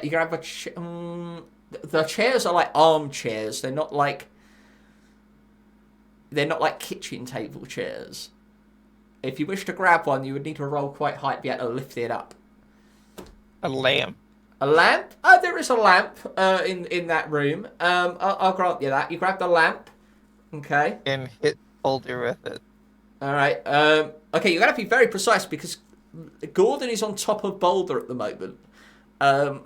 So you'll have to be careful not to hit Gordon as well. So you're going to have to roll for me. 11. You managed to hit both of them. Ow! What are you doing, Alan? By swinging it in a way like a golf club, you managed to kind of hit Boulder in the face and get an upswing into Gordon's face. Knocking Gordon off of Boulder. At this point, Boulder is scrambling on his hands and knees to go for his gun by the side of the couch. I would like to try to beat him to the gun. Okay, you have to. He's closer, so you have to roll high. Let's see. 2. You barely get a few inches before Boulder's already at the gun, and he turns and fires, shooting the lamp above in the ceiling, the light fixture, down, landing crashing in the middle of the floor. You've come here. You're ruining my life. All we want to do is eat you. I try to tackle him. Oh, you try to tackle Boulder. Please roll as you throw yourself at him. 3! You tackle him. You go to tackle him, but he moves out the way, and you smash into the window, and you land rolling outside of the cottage. Right, that's 1 down. Now you. And he cocks the gun and raises it up towards Gordon. I would like to dive at him. Try to dive at him. Okay, please roll. 16! He fires, but you manage to duck under the shot by diving under, grabbing and tackling his legs. He kind of topples slightly down, so he kind of sits on his arse with you at his feet. Now he's pointing the gun down towards your head. I would like to roll out of the way. Okay, please roll. Roll to roll. 6! He fires, you do roll, you roll, but he goes with your roll because you tackled his legs. He rolls with you, so he ends up firing into the wall at the moment of impact. But you're still kind of within his grasp, and he grabs your hair. Let go of my hair, you bastard! No, I'm not letting go. You trespass on my land. You cut up my bull, you feed it to us, and then you refuse to get eaten by us. That's it. I'm going to kill you, you bastard. Alan, I you would are... like to... Oh, yes. Alan's like to hit now him getting in on the their groin. feet outside. What are you trying to do, Gordon? I would like to hit Boulder in the groin. Oh, okay. Go for a low blow. Let's roll. Let's see how well you can. 18! You smack him in the nuts, and he goes, oh, me boulders! Oh, fuck!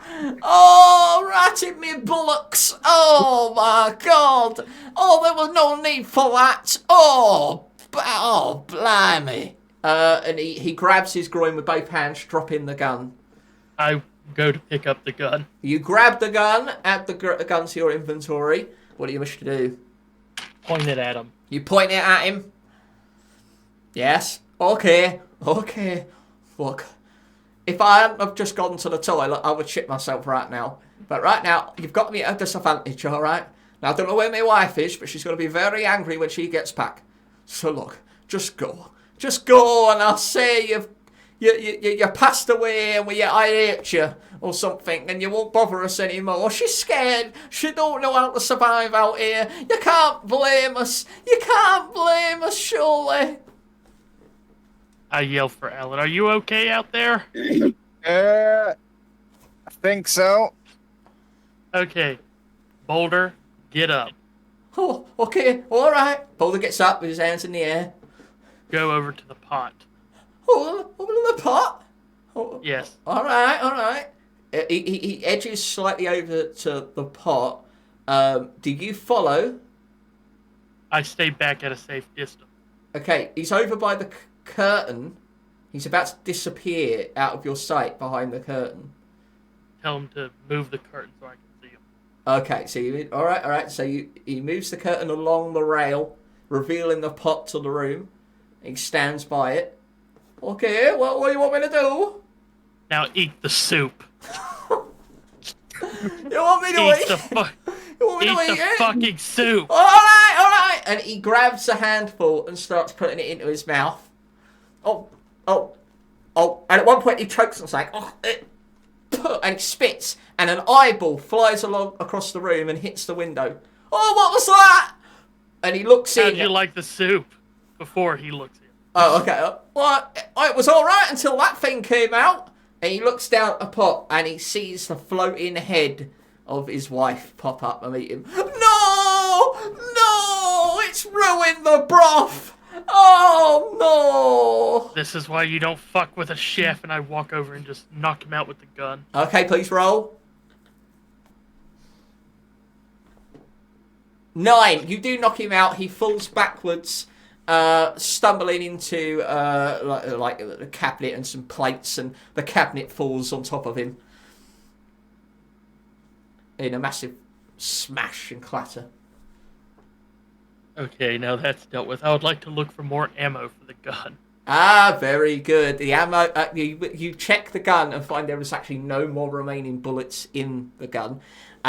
So you look around. Where would you like to look? In this room? Another room.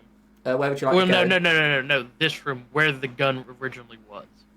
What, by the side of the chair? Yeah, to see if there's ammo. There is no ammo that you can find in this room. You don't need to roll for it. There is no ammo here. I want to go search their bedroom. Okay, as it is a cottage, it's fairly well laid out in terms of simplicity. There's a toilet. There's the kitchen you came into, where next to the front door, and the front room is slightly like the living room is slightly towards the back of the house. The only other room is a bedroom with a double bed in it and a wardrobe. You wish to search this room? Yes. Okay, please roll for me. See how successful you are.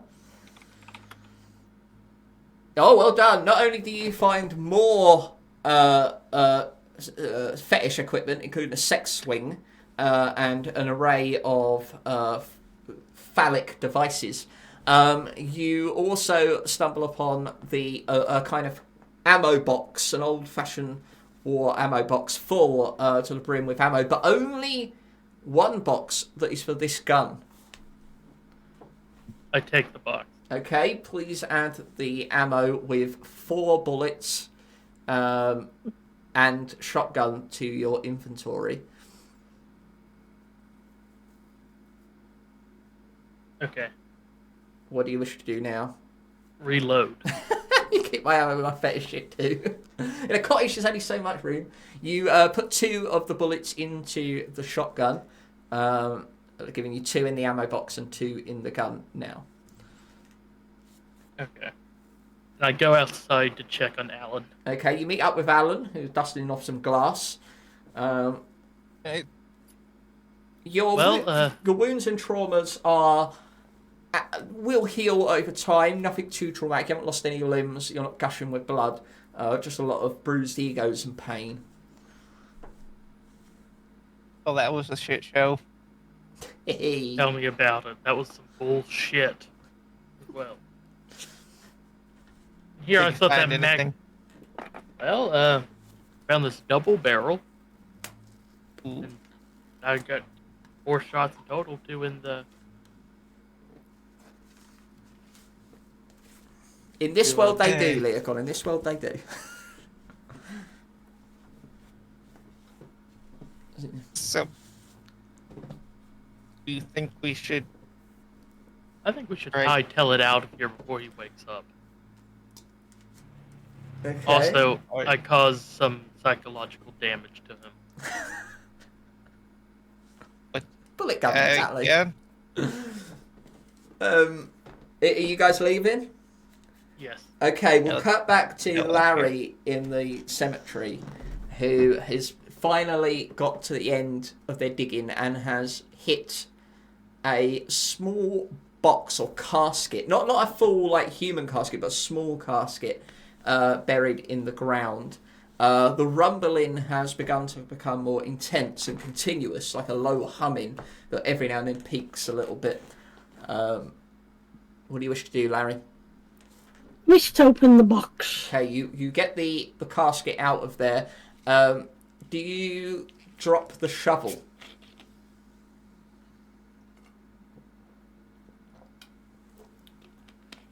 Do you drop the shovel? Yes. Yeah, okay, you drop the shovel, remove that from your inventory. As you put the casket on the ledge, because you're standing in the grave, you open it up, but the rumbling becomes more and more intense, and the other gravestones, the one left and right of you, kind of fall down, and everything begins to shake continuously. If you're going to take what's in the box, you'll need to look in there and grab it now. Okay. I take what's in the box. Okay, you quickly grab what's in the box. It is a... let me make sure I give you the right item here. It is a bow and arrow. It's a bow and arrow in this kind of Okay. long casket. See, but there's just 2 arrows and a bow. Okay. So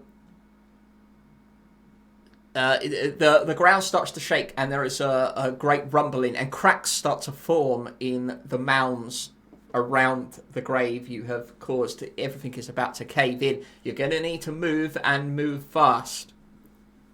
Do you wish to run back the way you came, or in a random direction? I'm gonna run back the way I came. Okay. I'm going to need you to roll for me. Good job you dropped the shovel, because it does mean you're not as heavy as you would otherwise be. 90. Oh, amazing. Amazing. So as you're running, this mist turns into dust, and the whole ground is beginning to crumble at your feet. You continue to run as fast and fast as you can. As the ground is starting to give away around you, you can see the ground falling in on itself, like the whole graveyard is imploding from you upsetting that dirt. You can't help but feel you might be partly responsible, but you do manage to run all the way back to the cast iron gate of the graveyard that was open, that you didn't even realise you passed through initially because it was so misty. But you see it and head right towards it, and just as the ground breaks away from your heels, you manage to get back onto solid ground and the yellow brick road there, which doesn't crumble and seems almost impenetrable. Turning around, you see that the graveyard is now a hole in the ground, a crater, if you will.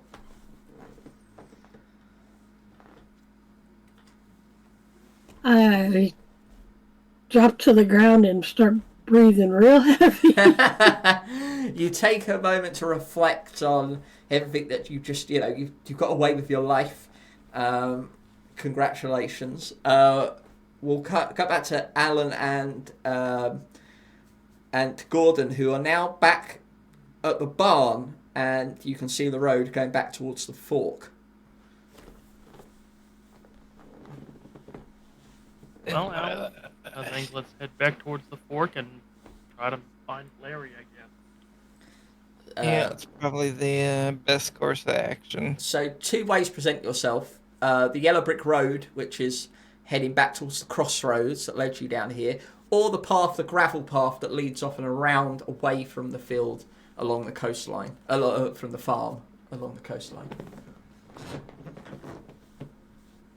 Going to head back to the crossroads or take the scenic route? I say let's head back to the crossroads.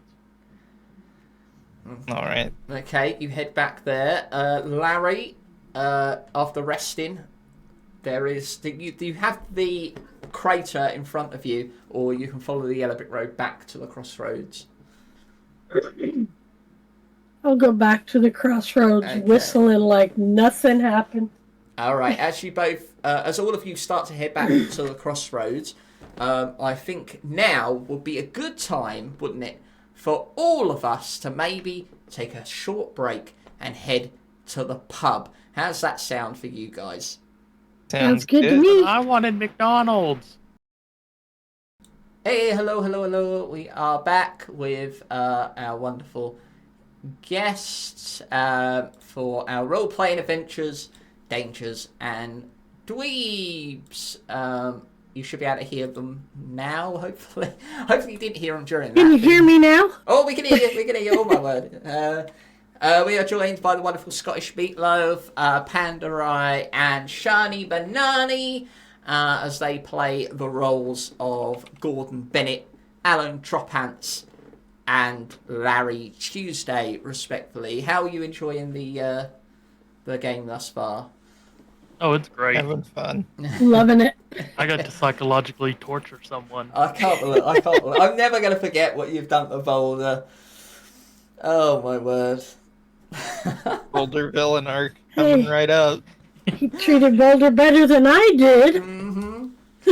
Everyone who's played this so far has always met Boulder. They're like the first big obstacle. You have been sent on a mission by Mystic Keith to perhaps find a way home by getting into the city, because that's where the smartest people are. To do that, you need to tackle the ghost hustlers, but you have yet to meet them. You know they're somewhere near a river close to the city. You have managed to find a graveyard in Larry Tuesday where you found a bow and arrow by digging and saving your skin by running away from the implosion. Whereas Larry and Gordon met a very angry farmer with a bull made of shite that you then went to their house, cooked his wife, and fed it to him. Yeah. But your lives were at risk. Although I do wonder if it was called for him to taste the broth of his wife. It's unbelievable. But all of you are heading back to the first crossroads you have come across. And if you are ready, you both all arrive at the same time, meeting up with Larry. Larry meeting up with Alan and Gordon at the crossroads. Ugh. Why do y'all smell like shit? Don't want to talk about it. Yeah, you don't want to know. Okay. Want to play Tiddlywinks? What the fuck is that? It's a game. Oh, we have more important things to do. Oh, okay. Tiddlywinks, big potatoes, these little plastic circle discs, and you use one to on the edge of another like that, so that you flick them into the air and they land in a pot. Yep.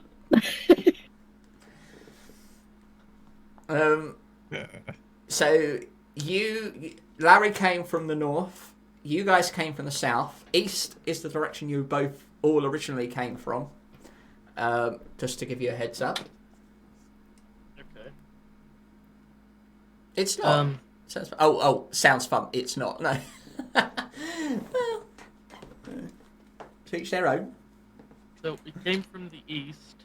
You came from the forest lays in the east. You can go back to any places you've been before, but yeah, you know the forest is to the east, the graveyard's to the north, if Larry chooses to tell you that, and the farm is to the south as well as the other path of.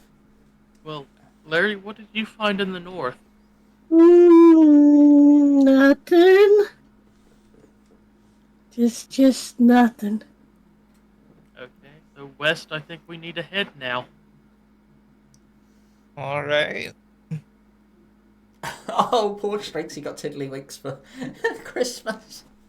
There's only so much you could do with that on your own anyway, and Yeah. you know what I mean. Like, I don't know, like you'd have like fun for maybe 5-10 minutes, but then that's it, isn't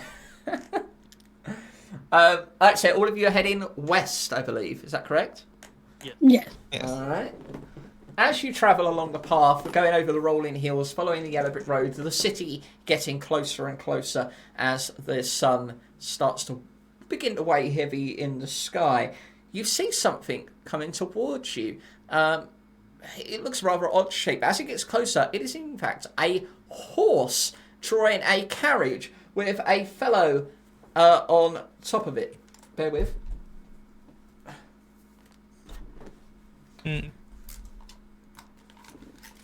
Okay, I'm with you again. A fairly middle-aged man with white hair and a flat cap on. He stops his carriage as you guys approach. Oh, hello there. Hello. Hello? Oh, travelling on foot. I don't see that often these days.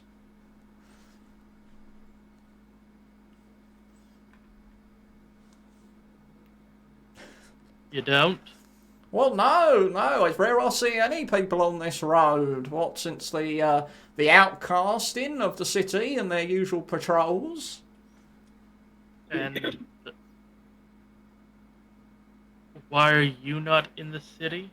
Oh, I'm not smart enough for that, apparently. Although I did tell them once, I said, well, you know, I was a great domino champion at one point. Oh, yes, and that takes a lot of intellect. Yes, that's right, dominoes, yes. And I kept on and telling them about my story and my history, all my credentials, and what happened a week from Thursday in the National Dominoes Championship. But by then, they'd all gone to sleep. And when they did wake up, I carried on my story and they kicked me out of the city. I got a stupid idea. How about Larry plays dominoes against you for your wagon? Oh, I'll play some dominoes. Oh, I don't know about that. I mean, what have I got to gain from such an endeavour? You gain the shotgun. A shotgun? I don't want a shot. Well, hold on a minute. Is this one of those things where you're robbing me for all my worth? Because I've got to tell you something. I haven't got a lot of worth. No, it's an exchange. If we lose, we give you the shotgun. Why would we give him the gun? Hold on, I have this, and I pull out the horn. A horn? What's that? What am I going to do with a horn? You're some very strange folk carrying some very strange things. Look, what's stopping me from just going along my way? What have I got? Gun. What can I don't want a shotgun. How's that going to do anything? I don't know how to use the damn thing.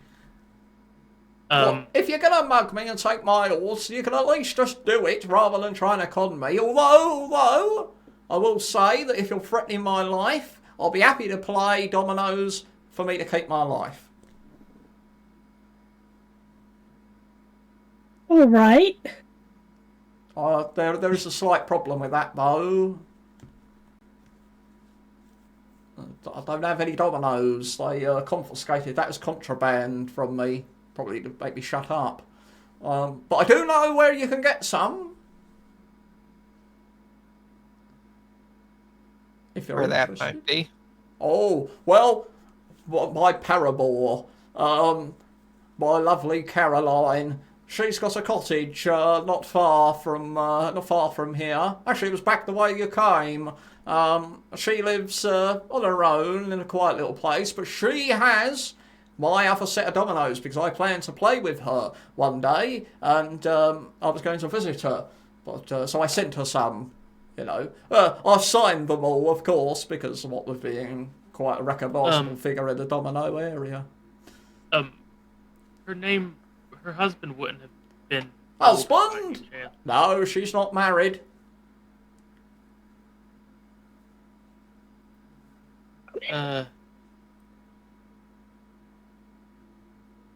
She lives alone with her cats. Oh, okay. Because we've just been to a cottage and it wasn't nice. Have you been to Caroline's cottage? Not Caroline, no. Someone called Boulder?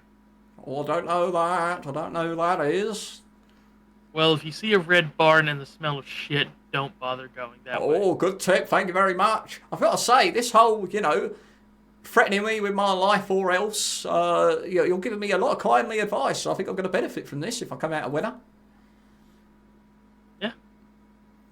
So, if you want to play dominoes with me, you're going to have to go and get me dominoes. Otherwise, I'll have to bid you farewell. About Parcheesi. I have no idea what that is.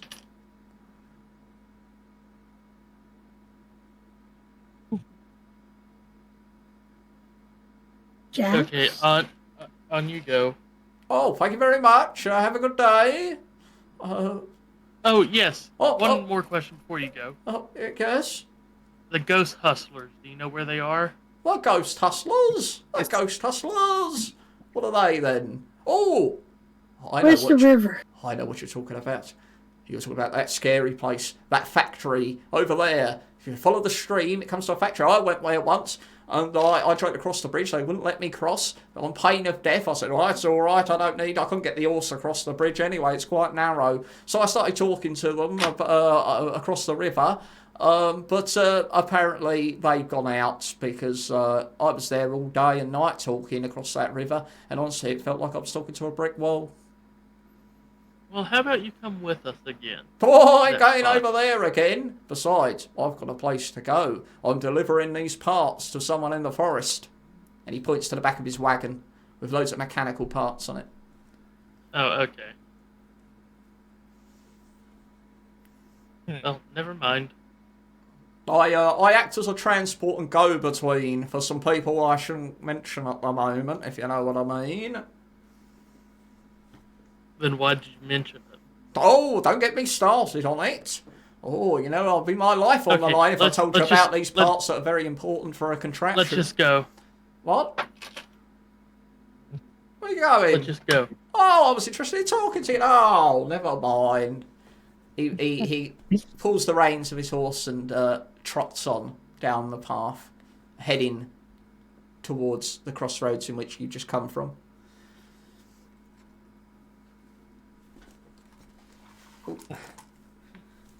Whereabout do you continue along your yellow brick road? I say yes. Okay. A fairly long walk. It is about now 5 or 6 in the evening. The sun is starting to set, but it's still there, noticeable to give you enough light to see what's going on. You reach a second crossroads. You are coming from the east, and there is a path to the north, the south, and the west. And the west, you suspect, given the proximity of the city, would probably lead you to the gates. There is another signpost like previously. I'd like to see the signpost. Okay, this time you wish to look at the signpost. No worries, please roll for me.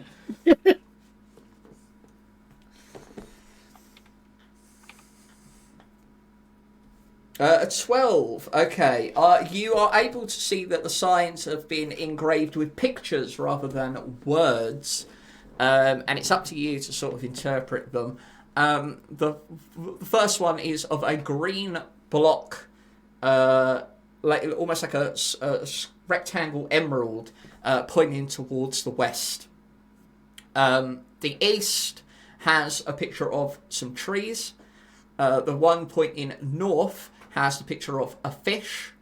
The one pointing south has a tankard.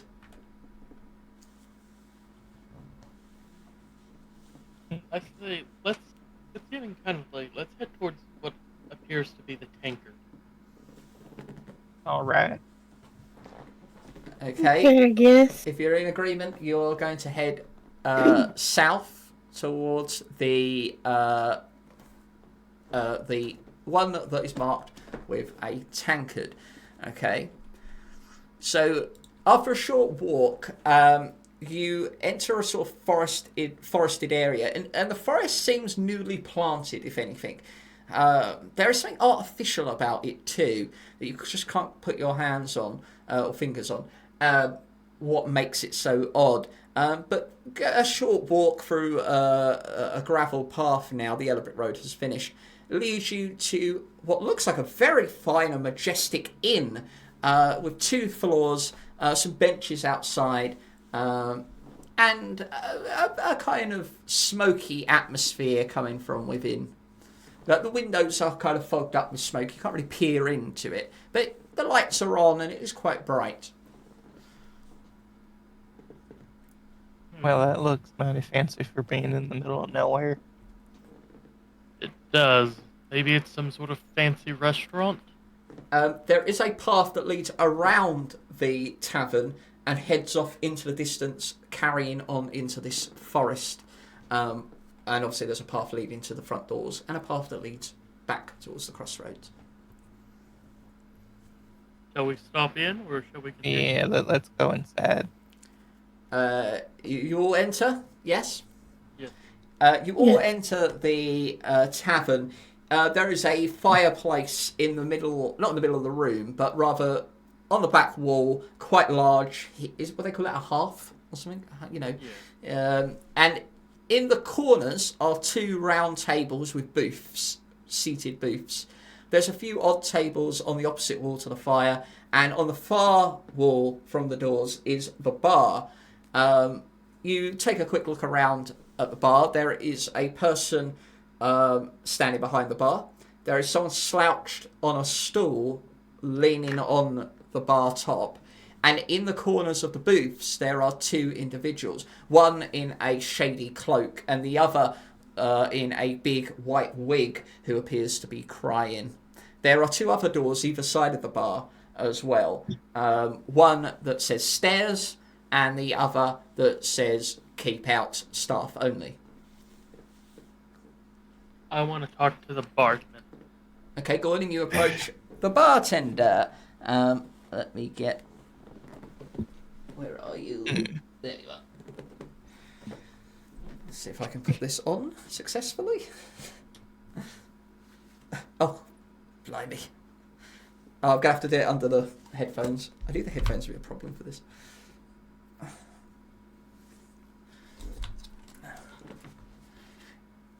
It's a guy wearing a hat and ginger hair. Hey, how can I get you? Do you have cigarettes? Cigarettes? Yeah, I do. Thank you very much for asking. May I have one? Oh, you come strolling in here, you don't even buy a drink, and you want one of my cigarettes? I'll take a drink too. Oh, a drink? Oh, right, okay, well, cop over. See some money. About that. Yeah, what about that? No money. Oh my God, there's more and more of you coming along with no money. Look, I accept other things to barter with. Preferably food. Do I happen to have any leftover shit steak on me? You do not. Boulder ate everything. Oh, I suppose they want drinks as well. I might have some. Oh dear. Look, I understand you look like you're well travelled and you look pretty roughed up. I'll do you a favour. We're pretty low here on supplies, and I noticed you got a fancy rod. Let's, if you can get me some fish, I'll let you drink here. Only a couple of drinks, though. Depends on the amount of fish. How's that sound? How's that for a deal? You don't have to worry about money. Alright, that works. I can do that. Alright, but it's getting pretty late, so... that was Boulder's voice. Hold on. I had Boulder in my head for a moment because of what I just said, so I was like, hold on. It's getting pretty late, so if you're going to reach the river, you're going to have to walk pretty sharpish. Yeah, let's go to the river. Alright. Alright, well, you want to leave here and carry on going straight across, past the city gates, over to the north. But again, you're going to have to be pretty quick.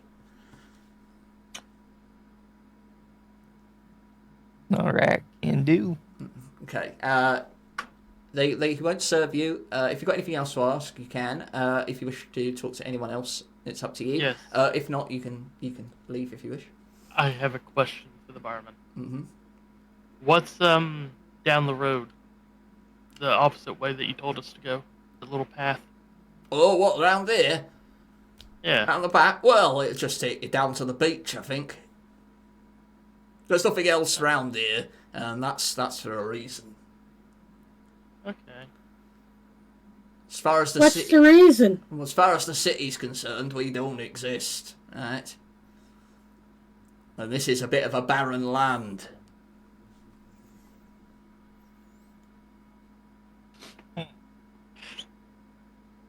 We could go to the beach if you want. And try to catch some fish there. Yeah.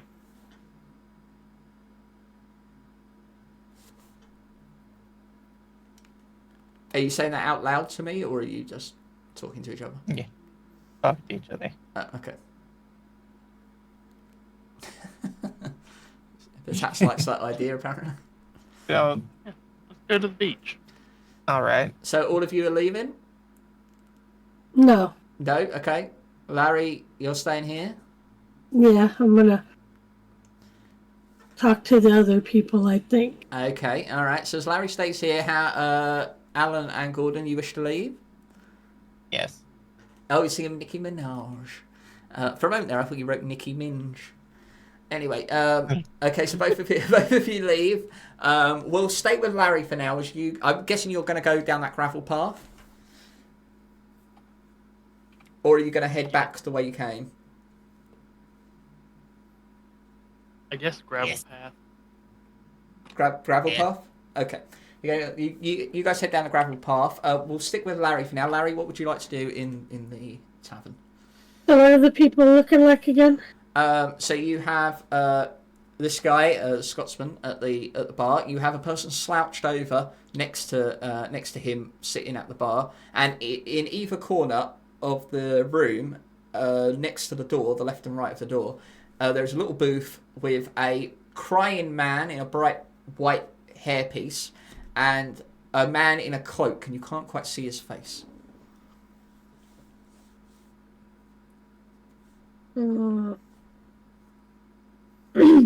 There's also a table for you to sit on your own as well. I'll go over towards the crying man first. Okay. Bear with.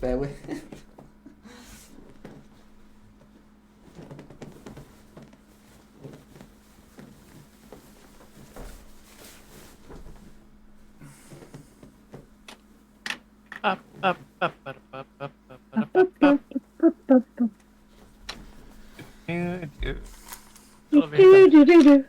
I'm back. A man is sitting there at the table with white face paint. You have to imagine that. And he's sitting there. Oh.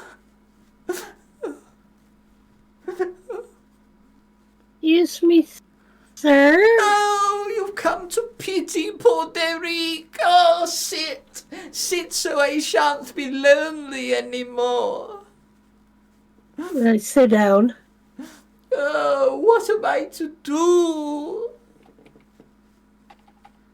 Do you want to play some jacks? Oh, if only I had the time or the patience or the ability to know how to play the game, but I don't. Oh, I'm too perplexed by my plight. Oh, What's wrong, oh, Derek? pretending to care and even using my name to enact some sort of empathetic connection and shit. Oh, what am I to do? I cannot return home. Why not? Because I have been cast asunder. I am of nobility and one of the fewest people to be intelligent enough to hold a house inside the city. But when I approached, some con merchants had squatted in, some rock stars, and they're claiming to be me, Derek Belgique. Oh, and now I've been cast asunder. They believed them. What am I to do to get my land back?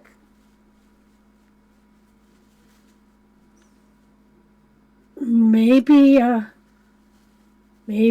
have them play cards? Yes, but how can... What do you mean cards? Cards! I don't understand. Oh, I don't understand. 21 and win yourself back.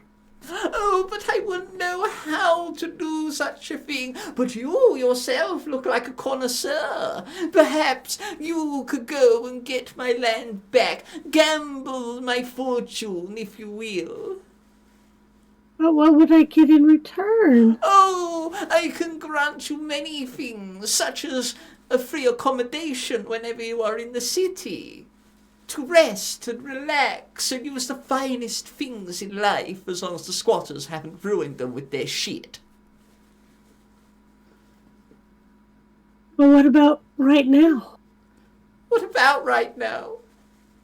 I'm cold, I'm hungry, I'm thirsty, but my friends, they ran off. Oh, you're all alone too. Come sit and cry with me. Maybe someone will pity us.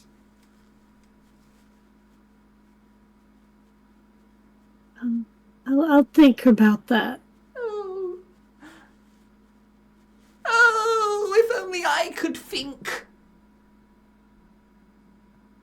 Well, maybe if you quit blubbering. Oh, now I'm crying because I'm crying because I'm crying. How is that?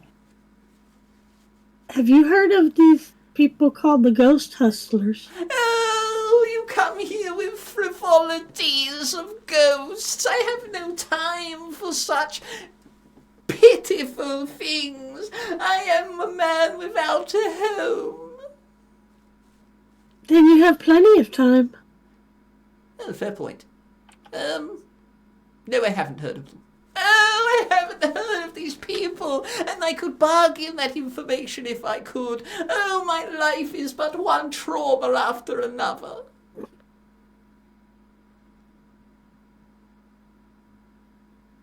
Yeah.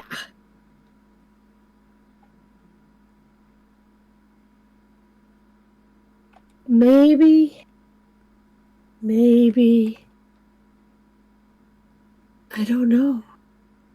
Oh, you don't know either. What are we to do?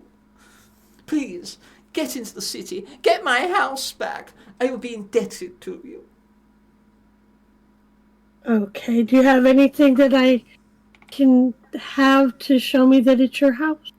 Oh, very good point. Here, carry this tissue with my tears. I take the tissue by the corner. You take the tissue. Please add tissue. The tissue in fact has an embroiled. No, what's the word? You know, like a sewn embroidered symbol on it. Okay. I'll see what we can do. Oh, thank you so much. Oh, I am no longer with tissue. What will catch the tears from my ducks?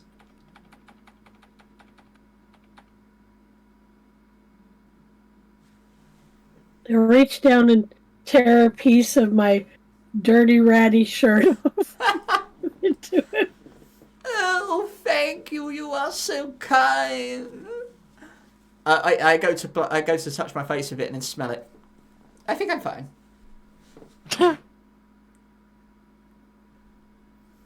Okay, then I get up. Okay. And I go over to the other booth. Here in the UK, I'd love you know. Wearing that wig is, on these lights is, oh my god, I'm sweating buckets. We get to see Gordon and Alan. Alan? Yeah. You are approaching the path starts to turn to sand and it starts to wind its way down a cliffside down towards the beach. This seems lovely. Yeah, it's quite nice.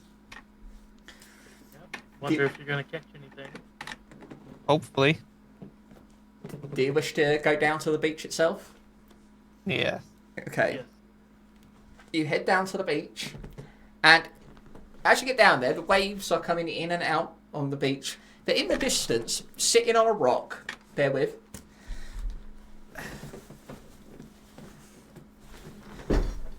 No, we're not having fun with this at all.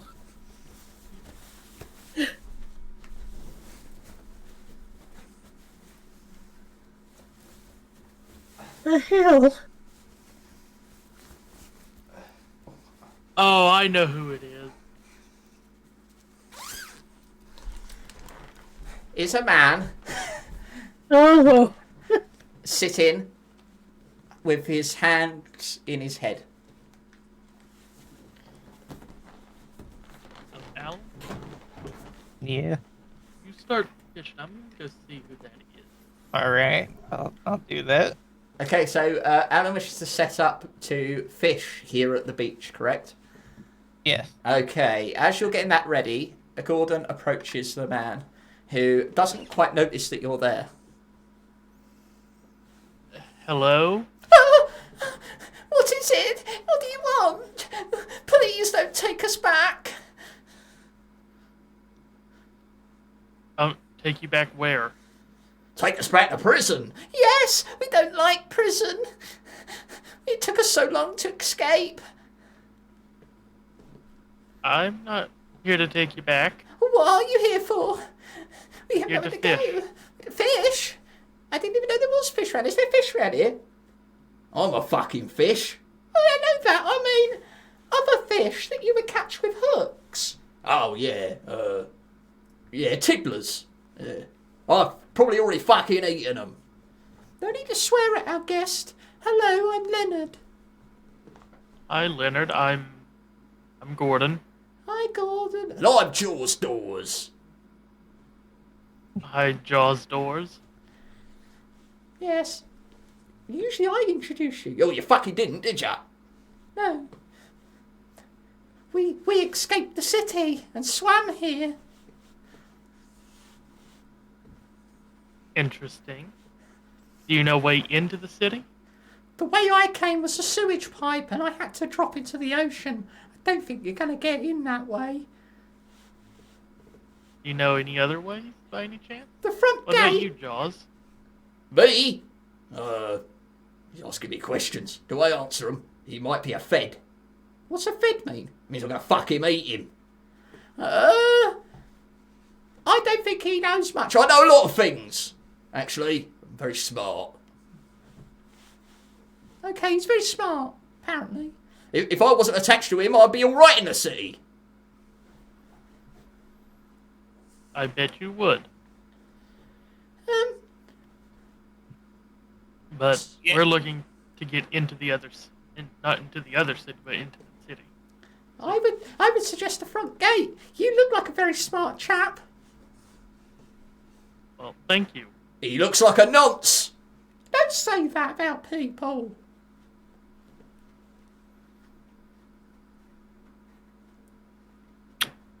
I'm gonna let that slide. Been a rough day.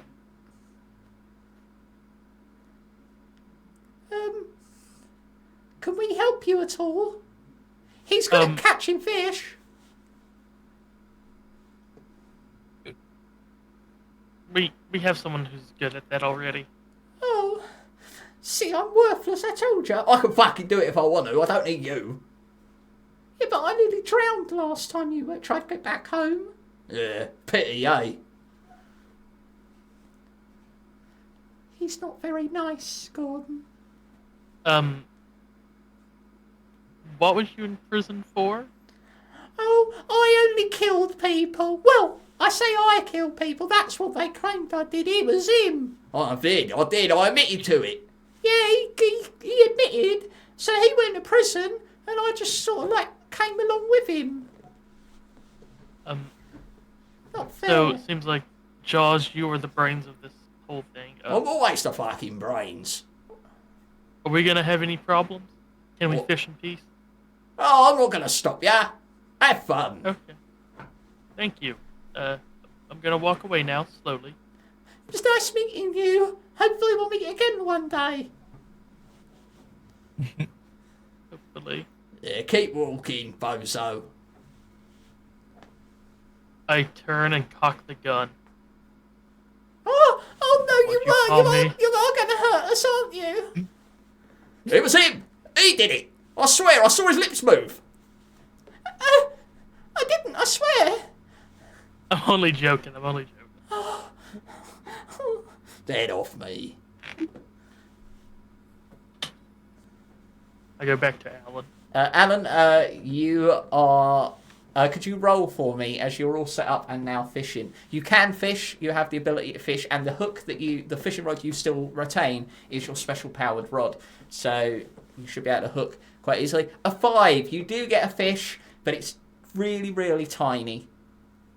No, like a proper small fish. It's not good enough. You wouldn't be able to eat it, really. You know, for a meal. Toss it back. Toss it back in, okay. If you wish to carry on fishing, please roll. 8, you get another small fish. But this time, as you reel it back up, this thing jumps in and grabs it off the hook. George Dawes has eaten the fish off the hook. Or you little shit. Hey, what do you call me? Hey, I thought you said we would be able to fish here in peace. Well, I did. I thought you would be. But as soon as you put a fish off on the hook, it went for it. I'm sorry. He's an animal. He hasn't eaten in a long time.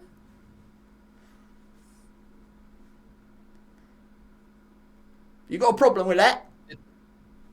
Just don't eat any more of our fish. Oh, all right. I'm well fed anyway. Gordon? Great. I'm speaking in third person. Alan? Yeah, Try again. try this again. You get another small fish, but just like last time, George Dawes eats it off the hook. I'm so sorry. I don't know what's come over him. Well, I'm fucking hungry. There's a fish. I'm gonna eat it. Try It was one kinda last neat. time. You wish to fish again? Please go ahead. 4, another small one, gobbled up by George Dawes. Let's try this again. I'm so sorry. 2, another one, eaten by George Dawes. Oh, I'm having a field day here. Oh, this is lovely. 9, this time you get a slightly bigger fish, I would say of average size. This time, George grabs onto it. But he's not able to rip it off the hook. It's now just stuck. Let go of it! I'm trying to please let go, please let go. And he tears the fish in half and gobbles up his bit. Oh yes, keep him coming. Okay, Alan? I would lean in close to Alan, whisper in his ear. I have an idea. Let's try that one more time, and if he goes for it, I'll shoot him.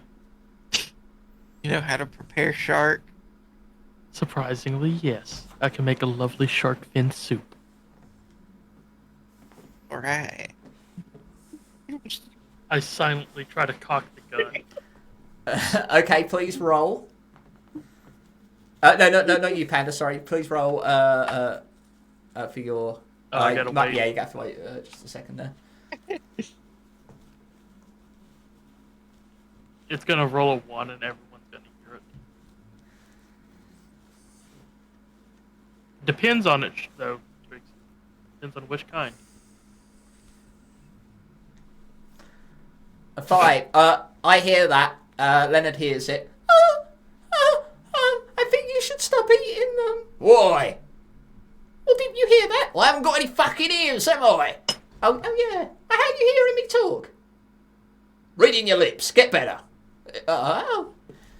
Fucker. Well, I'm so sorry this is happening. He gets me into so much trouble. Look, are you gonna fish again or what? Proceed, Alan. If Alan wishes to Try this again. A 20! You hook a giant fish, but as soon as it comes out of the water, George grabs onto it and is clinging onto the fish. It's a giant fish. I aim and shoot Jaws. Okay, please roll, Meatloaf. Let's see how good your aim is. 17! You fire! Bang! And it flies off and it's just a stump there. Ah! You killed Jaws! Oh my god! I can't believe you've done this! And a monkey appears on the other hand and it grabs on and it grabs on to Alan. It grabs him around the neck. I didn't do shit.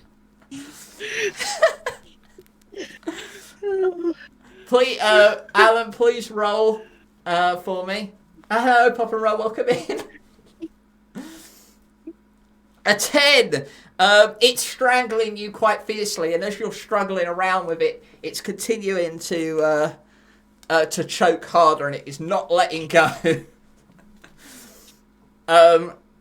You've only got a split second. I'm sorry. Oh, you're gonna die for that. And he's choking and choking and choking. I'm sorry, I wish I could let it go. I can't stop it. He's probably gonna mount you soon. I take and hit him with the shotgun. You hit him with the shotgun, please. Please roll.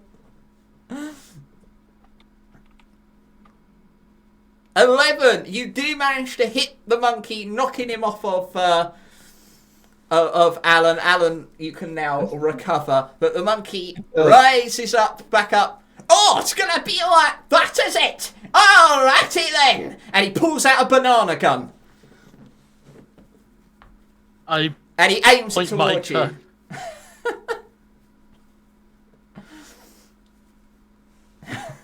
Right, one false move, and I'm gonna blast you out of the skies. Well, it looks like we got a standoff here. As this is standing off, Leonard is crying. Alan, is there anything you wish to do at this moment? Pull the fish in the rest of the way.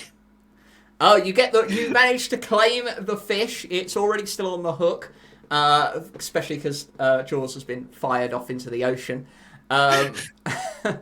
You just see a fin in the distance, a little felt fin peeking out of the water somewhere.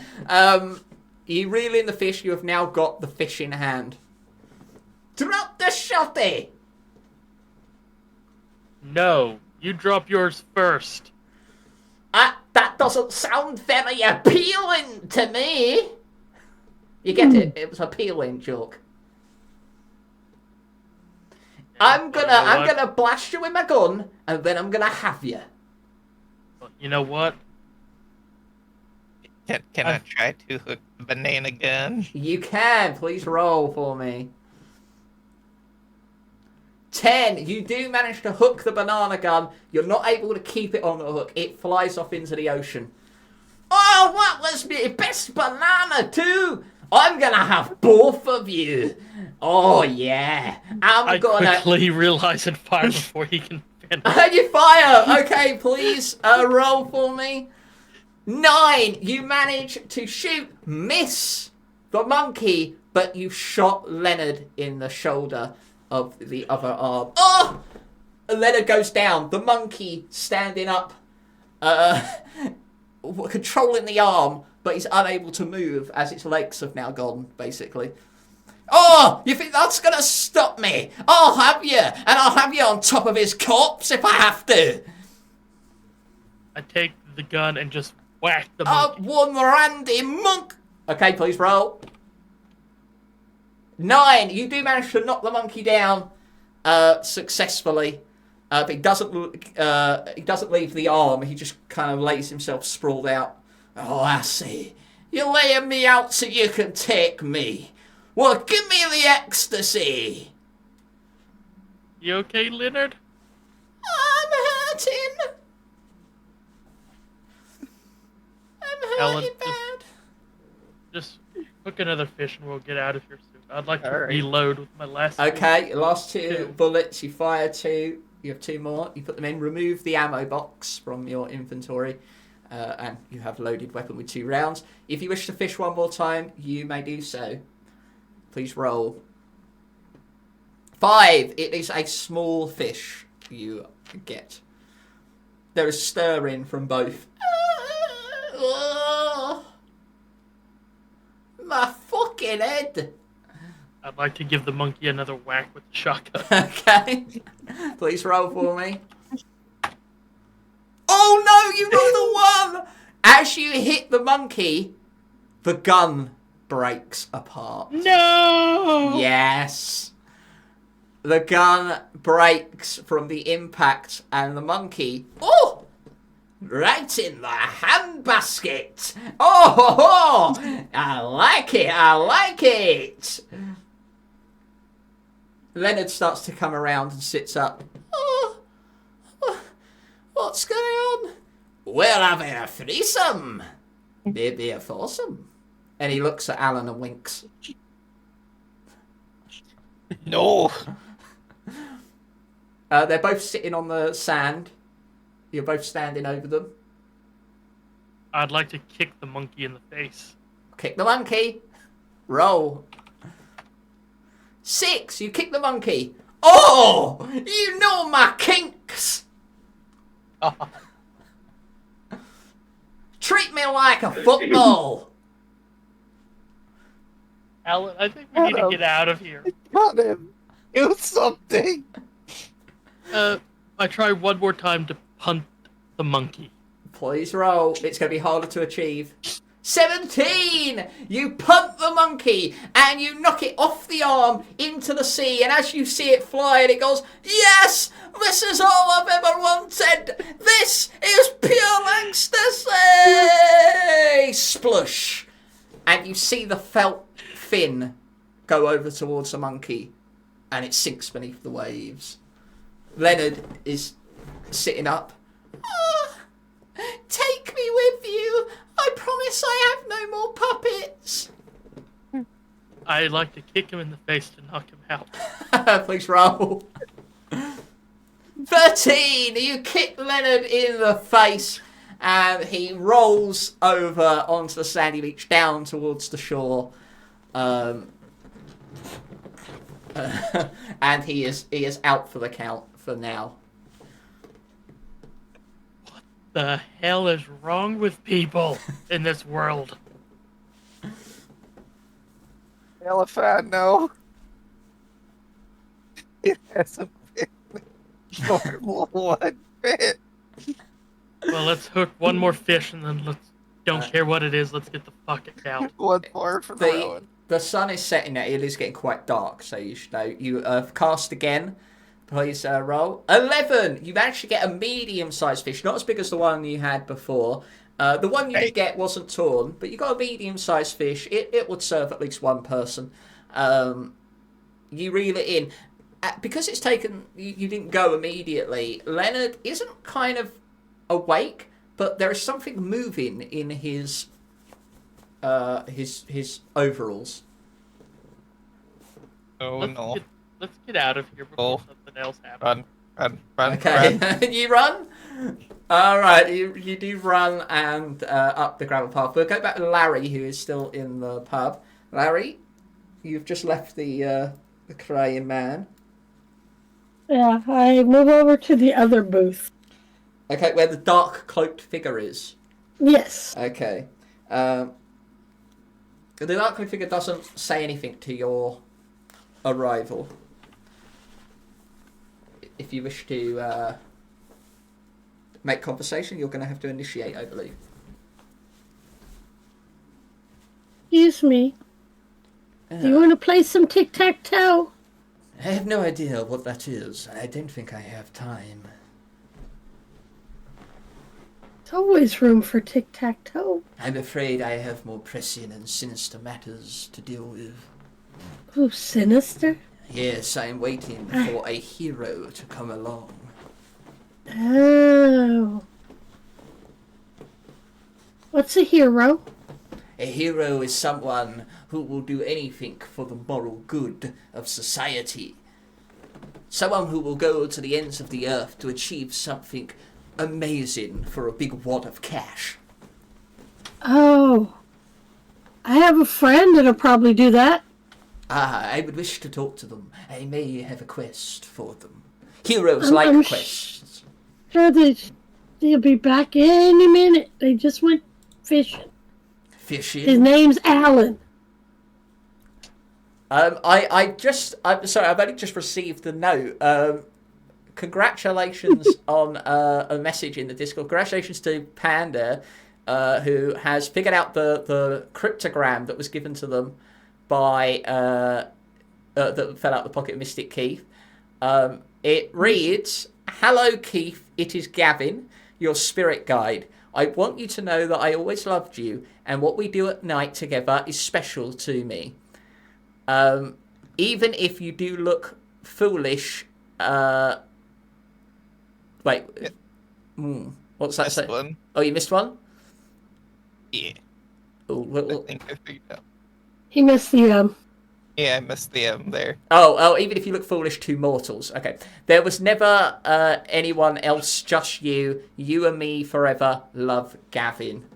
So you now have a deciphered note that might be quite important later on. Well done for figuring that out. Well done.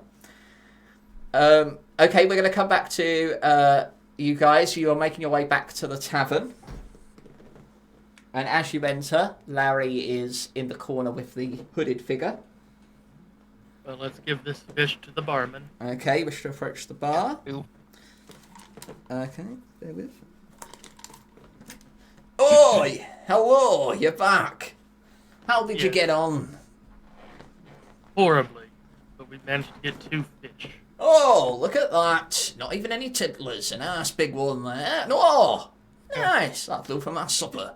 Alright, I guess you've earned your drinks. He starts pouring out a beverage from the one and only pump that is there into tankards. So, what are you doing round here? We don't quite know how we got here in the first place. You don't know how you got here? Do you know where you're going? You're going from the city or to the city? I'm assuming 2. Oh, okay. Do you know how to get inside? No. Oh, you don't? You haven't been to the gates? No. There's some fiendish riddles that they want you to ask, and if you're smart enough, you might be able to pass, but all of you have got to do it. There is another way, though.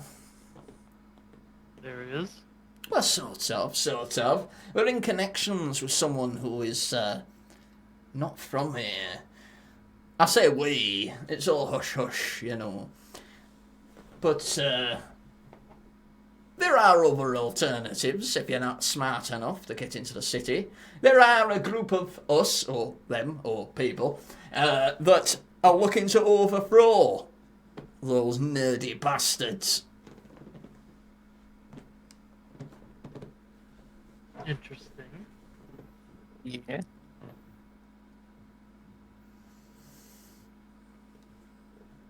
I do have one question for you. Certainly. Is everyone around here batshit insane? Well, I wouldn't be too surprised if you found some crazy folk out of the city. I mean, the fools, the idiots, the downright absurd people. They all were cast out by the more intelligent people. Hey, what do they know? I feel we all had a bit of flavour. It's boring in there. I would just like to know what the deal with the man-eating people living off a bullshit cow. Oh, I love the chops they deliver. What are you talking about man-eating? They eat people.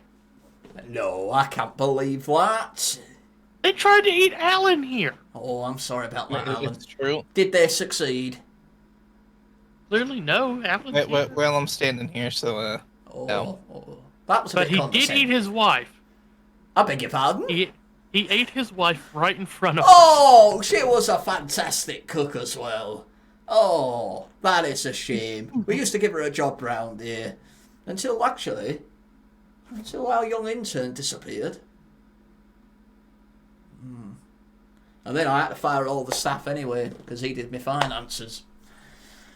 Oh, And well. then we met an escapee down at the beach who had 2 puppets. One of them was named Puppets? Jaws Dawes.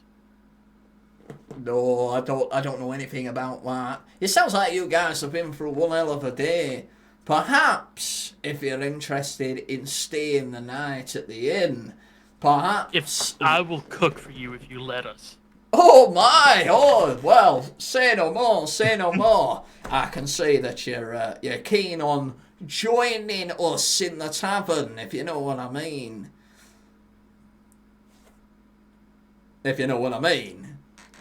I guess. You know, staying the night, maybe meeting some people I mentioned earlier that might be able to assist. If you scratch our back, we'll scratch yours. Mum's the word, say no more. Careless whispers.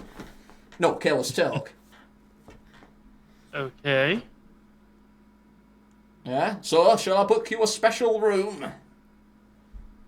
What do you say, Alan? Sure. I'll put you down for the suite. Just listen for the sounds tonight while you're dozing off. Follow them, and then we'll know that you know that we know that you know that we know. It's not like some weird sex orgy thing, is it? No, what do you take us for? No, of course not. It's just a way of overthrowing certain things. Underground movement. Okay. The guy at the bar that was slouched over slightly wakes up and shouts at the top of his lungs, "Keep the fucking noise down at night!" And he goes back to sleep. Can I go and push him out of his chair? You certainly can, please roll.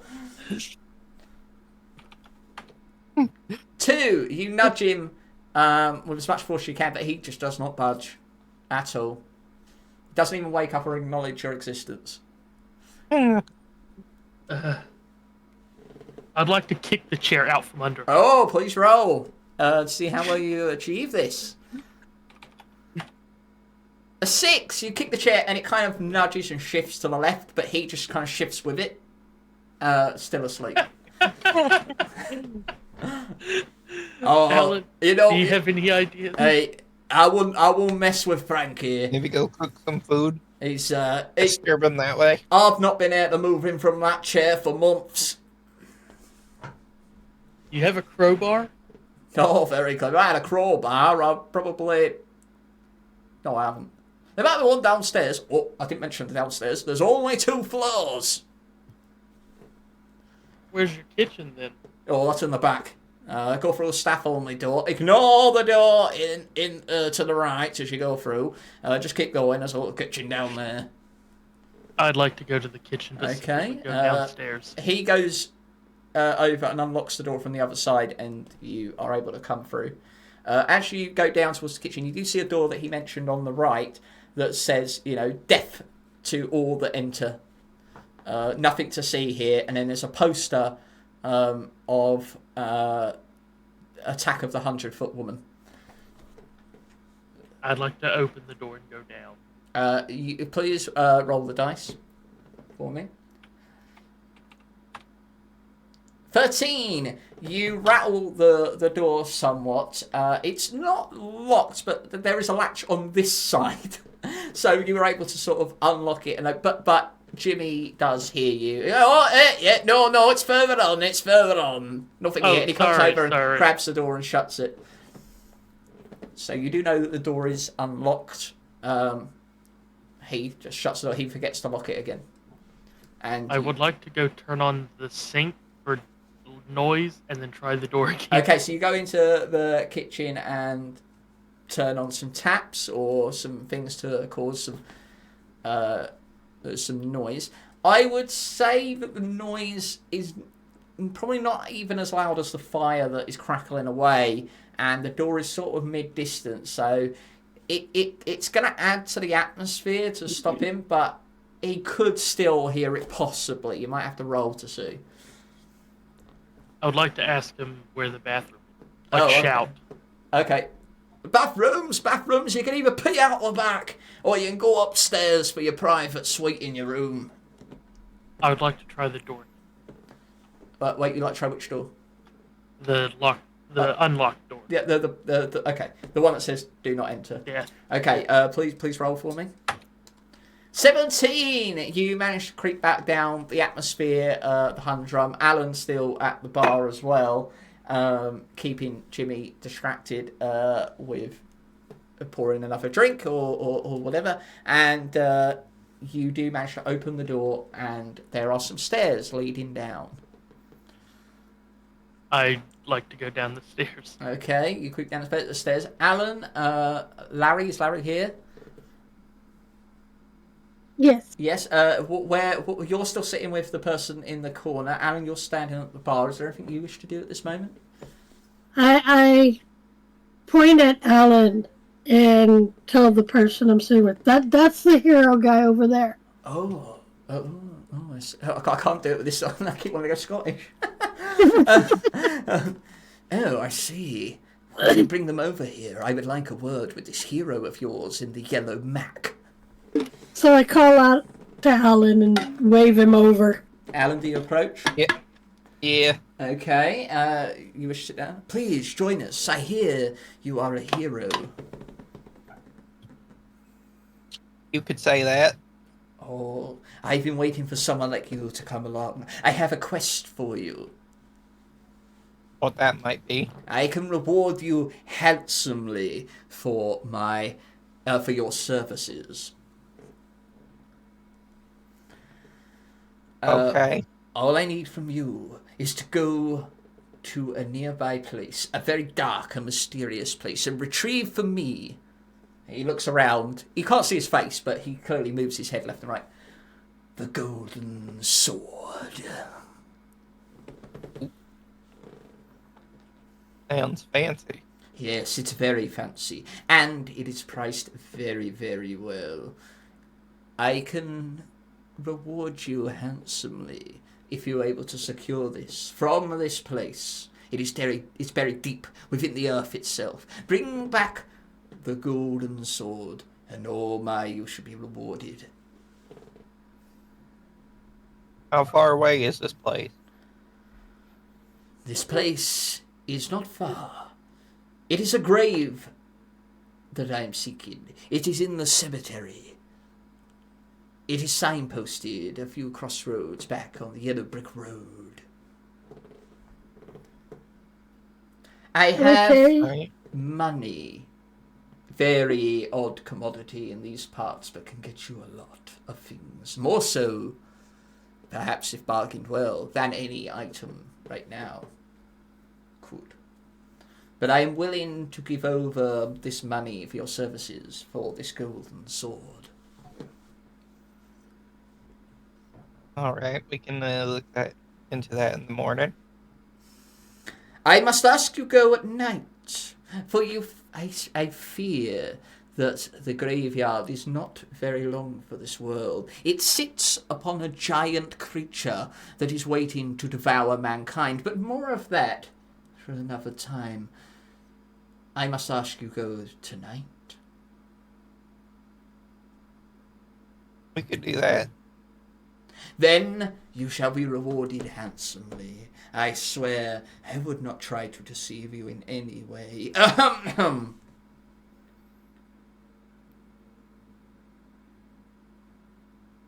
That was ale. What? We can make our way out there tonight. Get that done. I shall await you here, but come morning, if I do not see you by the light of day, then I shall know that you have failed and perished, and I will move on from here. Understood. I await your return. At this moment, we're going to cut to Gordon, who has made their way down some creaky steps. Please roll for me. Okay. 10. They give off some creaks as you go down, which you stop with every loud creak that happens. But no one really stirs. There's no kind of disturbance in the air. You start to hear what sounds like the distant sound of music. But it's kind of muffled. Do you wish to press on into the darkness? Yes. Okay, as you enter down, you turn a corner, and you see a light in the distance. It's not too far away, but there is a lamp in a room, and it's giving off a glow, enough for you to have an eye line to head towards. Do you wish to head towards it? Yes. Okay, as you enter that room, you see someone sitting. There's a lot of tools and tables scattered around with loads of mechanical parts, and with their back to you, you see someone. Bear with, I'm going to get my costume on.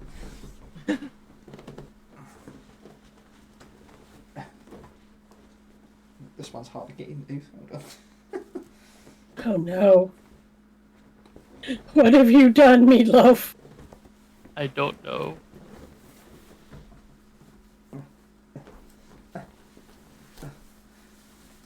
What the hell is this one? Oh. I believe I know who it is.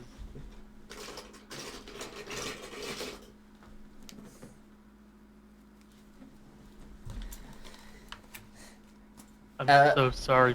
There is a person sitting hunched over working on some mechanical stuff. It doesn't hear you. They've got headphones on and they're beating their head to some music. I like to investigate the room. Okay, please roll for me. See how good you are. It is fairly dimly lit. Yeah, it's not that good. You can see the mechanical parts. You can't quite work out what anything's supposed to be because it's really too dark and dim. You know there's some tables that you can work your way towards. The only place that's well lit is the bench in which this person is hunched over, head banging. I would like to tap him on the shoulder.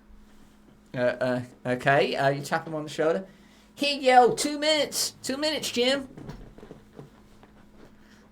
He carries on for a little while longer, working on I everything. tap him again.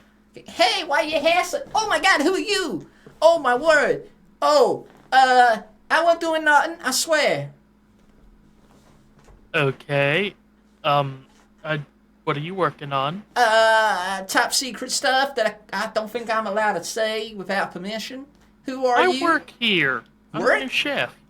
Chef? I wasn't told about that. All the staff got fired when we decided to become a rebel group, an army to fight back against the enemy. Oh shit! I weren't meant to say that. Oh God. So you one of us or one of them? I'm one of you. One of me? Oh, okay. I don't know what to do. I weren't trained for this.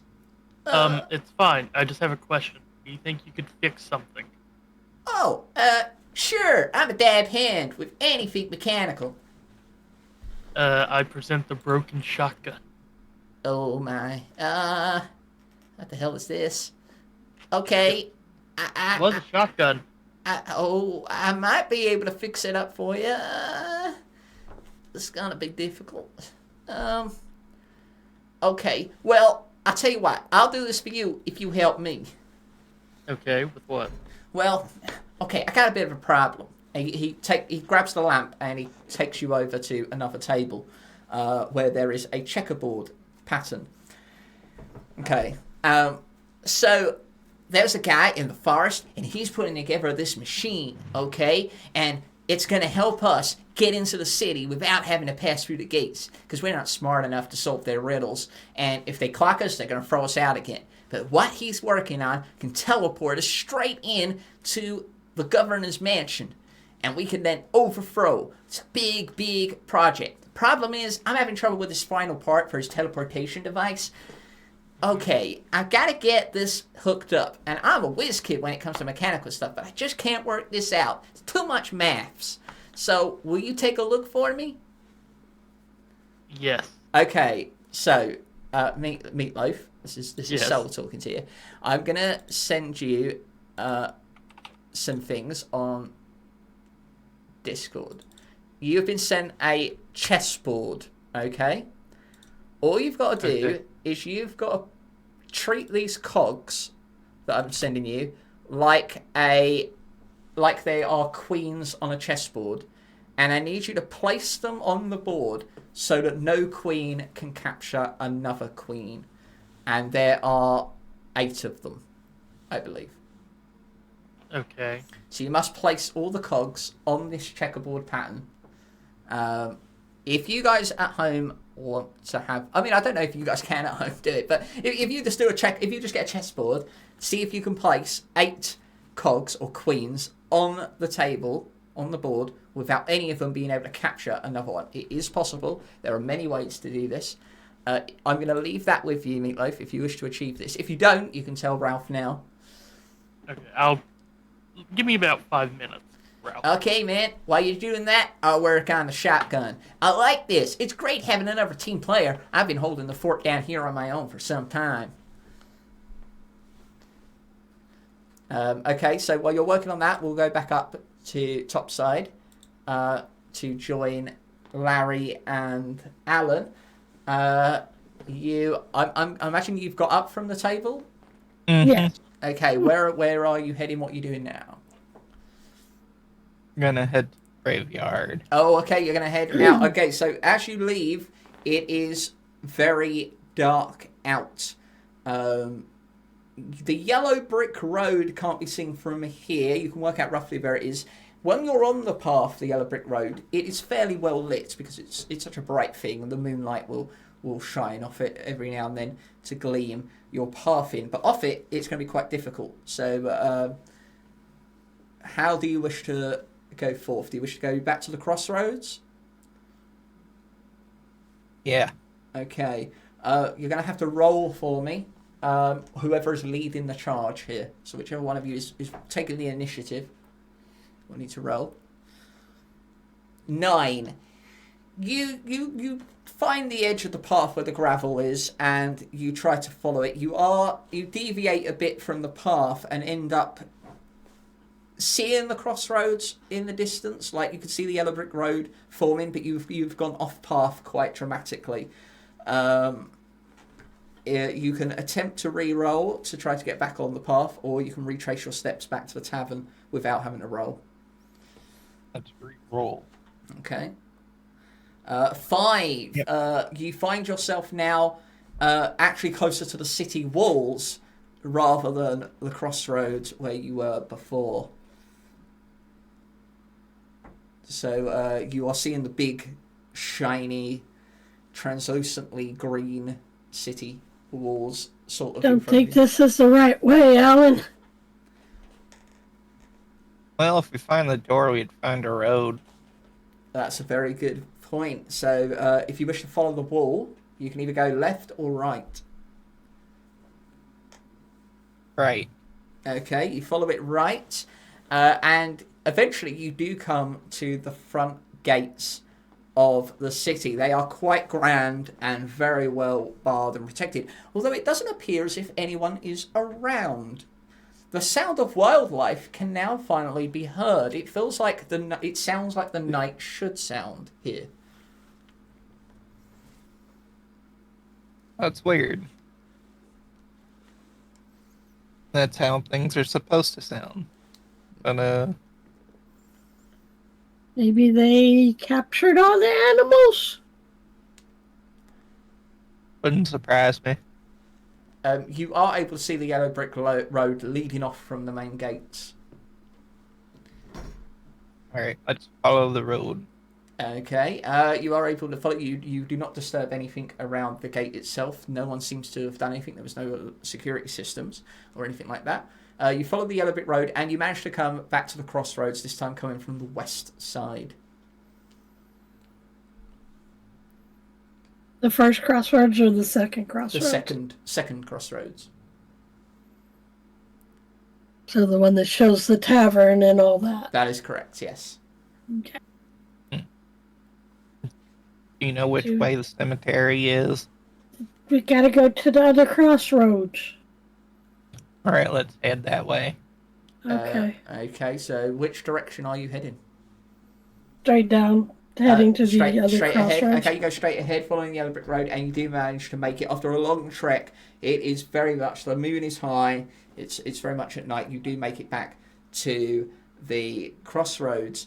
It does appear as though something is coming towards you from the forest side, like the initial way you came from the big gate.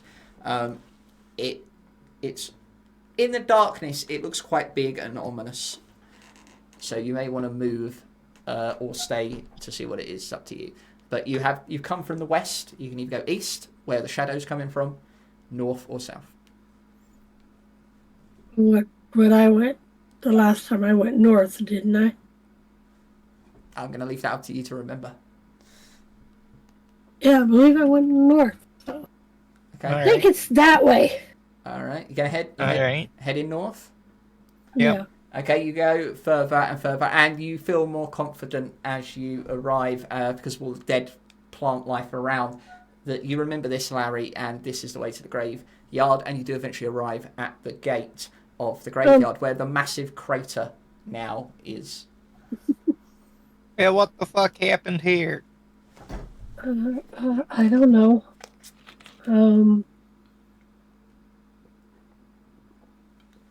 I never saw this place before.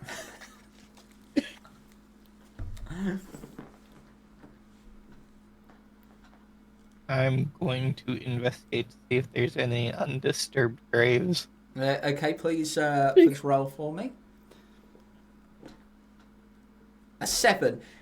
Unfortunately, you can't even get into it. As soon as you go to step off, a little bit of the ground chips away and rolls into this very deep crater.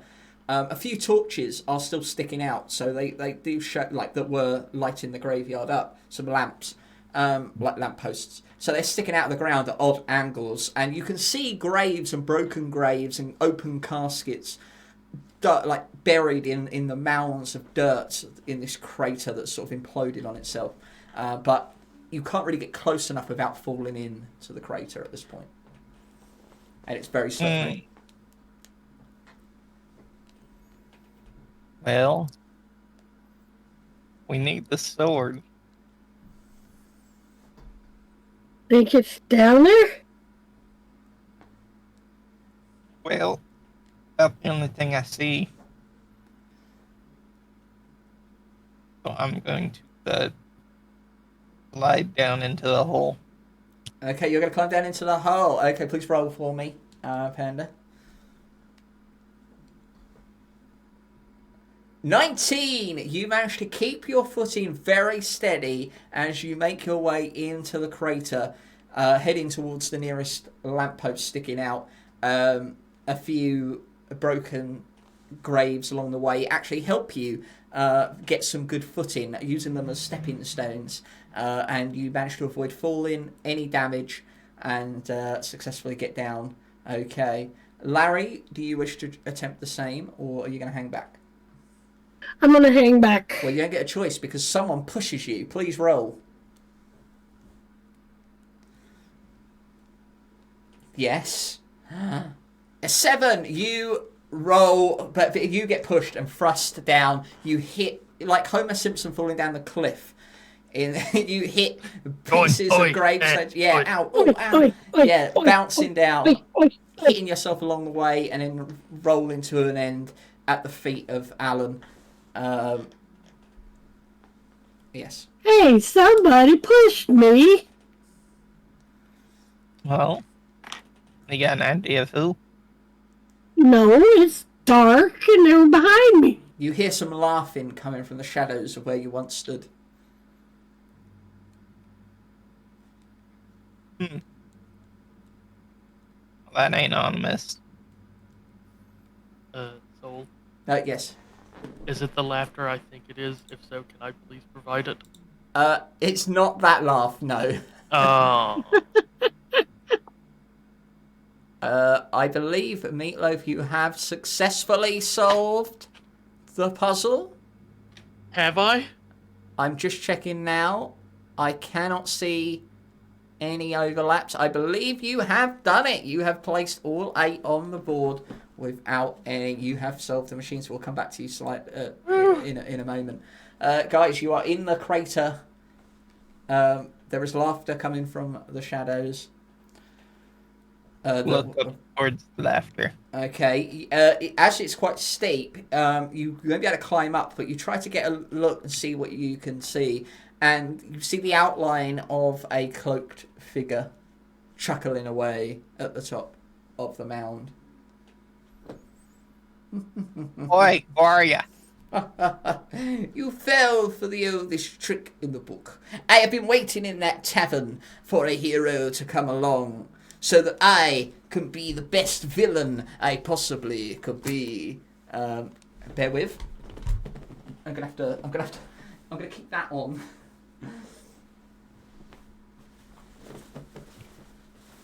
I want to hook him. Oh no, not that villain. What? Oh. I didn't realize I had that free time. Yeah. It gets awfully bored. Oh, fucking hell. Hold on. Costume. There we go, it's better. It might work better that way. It gets awfully boring being the richest man without anyone to use my rich and extortionate behaviour against. And finally I found a stupid hero who could be my adversary. You're full of the oldest trick in the book. And they pull the cloak off to reveal their extravagant clothing and place a hat upon their head. That's quite gaudy outfit you got there, man. Ah, why thank you very much. All the better to oppose your crappy, poor look that you wear. I would imagine this other fellow is probably unemployed by the state of him. I'm sorry. I want to hook him. Hook him. You rolled him control. Like, what, are you trying to hook him? Yeah. Oh, okay. You cast your rod at him.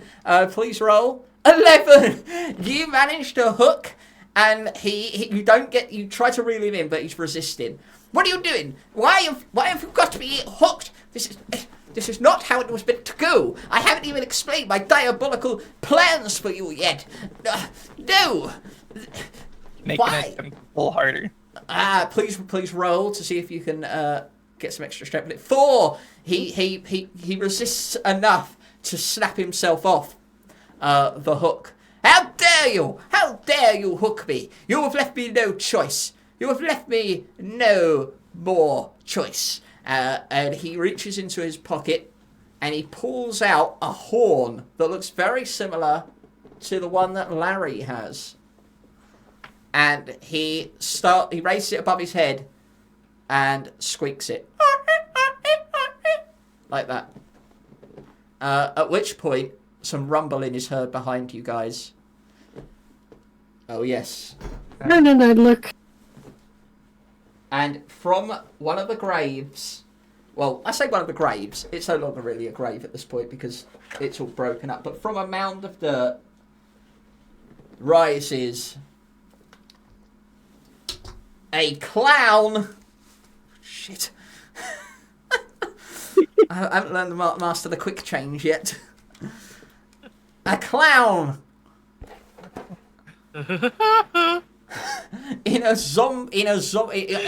With flesh hanging off the bone, a zombie clown appears and starts making his way towards you. Very quickly. I pull out my horn and honk it too. Please roll. 7. It honks back with its own horn. No, with its own nose. Uses its nose to honk. And then... That's not a horn that's honking. Yeah. It honks something big and red. And it looks even more angry and stumbles further towards you and reaches out towards to grab you. You gotta do something quick. Either one of you. I honk my horn back at him again. Please roll. 14! This one, it stops. And then it turns its head. It beeps. And then it turns its attention towards Alan. And starts going towards Alan. I gesture point up to the man on the hill. It's still coming towards you. You're going to have to do something quick, either Tackle one of you. I gesture towards the man up the hill. The clown is not listening. It's about to grab you, Alan. Roll and tackle him. You want to... okay, so you want to do a kind of dodge and then tackle. Please roll. Let's see if you're effective. 12! You do manage to dodge out the way, but you go to grab him, but he feels impenetrable to knock over with such a simple tackle without like a running start. So you kind of grab onto his waist, but he shakes you off quite easily. He's starting to come down towards you now. He's starting to overpower you from above. Roll away. Okay, you roll away again. Please roll to roll. 19! You managed to roll away and get over to where Larry is quite successfully. This disorientates the clown somewhat, and it doesn't know where to look. This might be a chance to do something if you wish.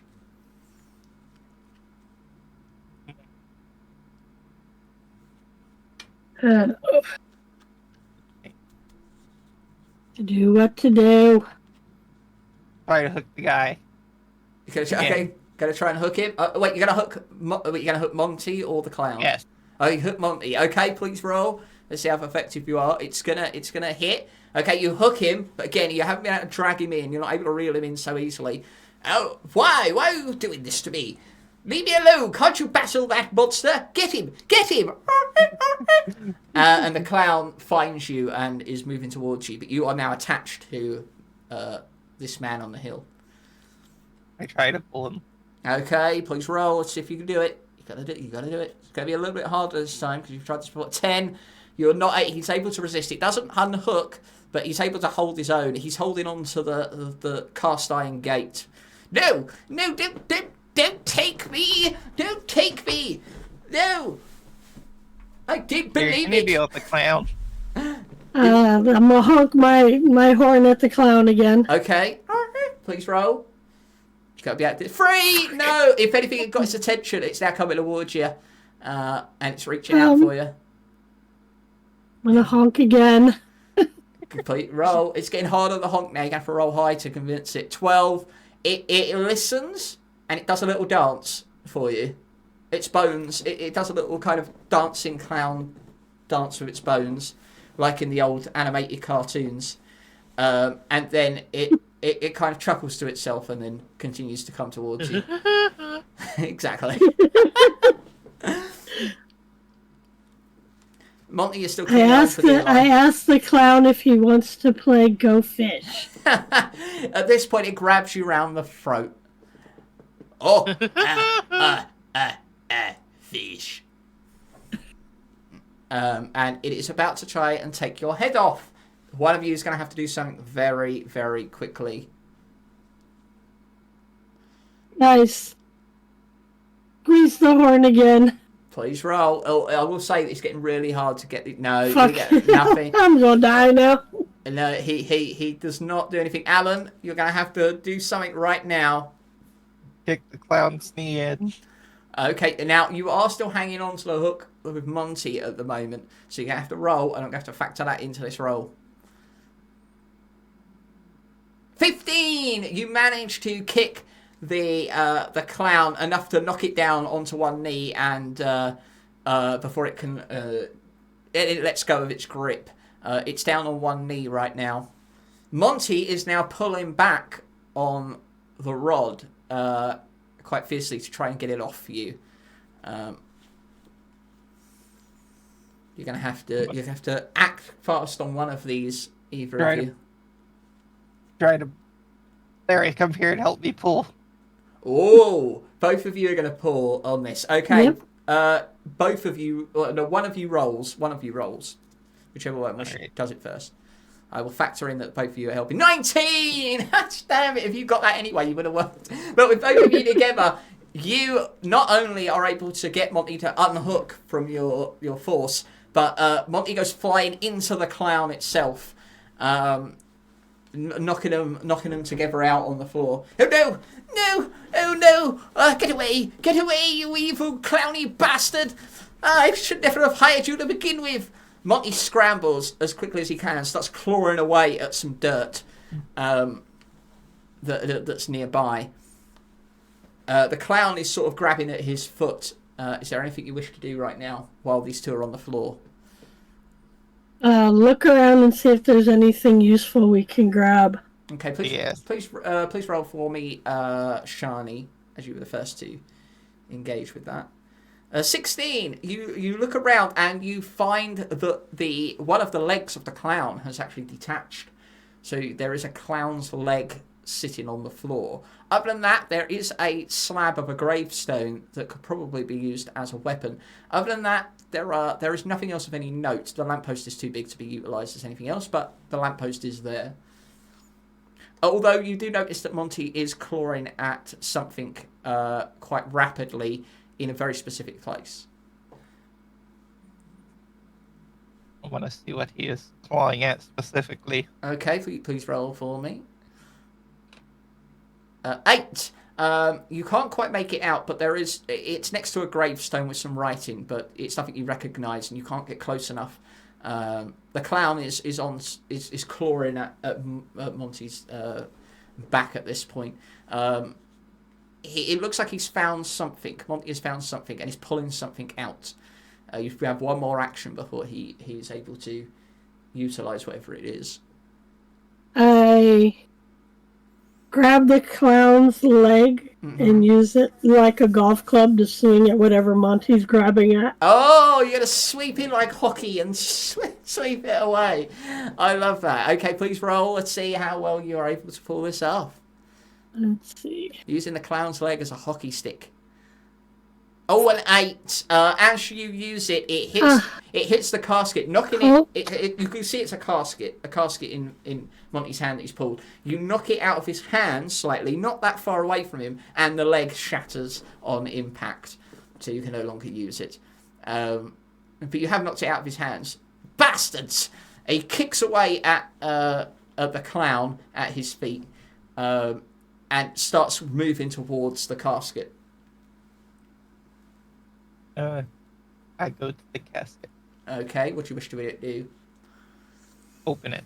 Oh, you're going to open the casket there. Okay, please roll. Let's see how effective, because it's going to take you 3.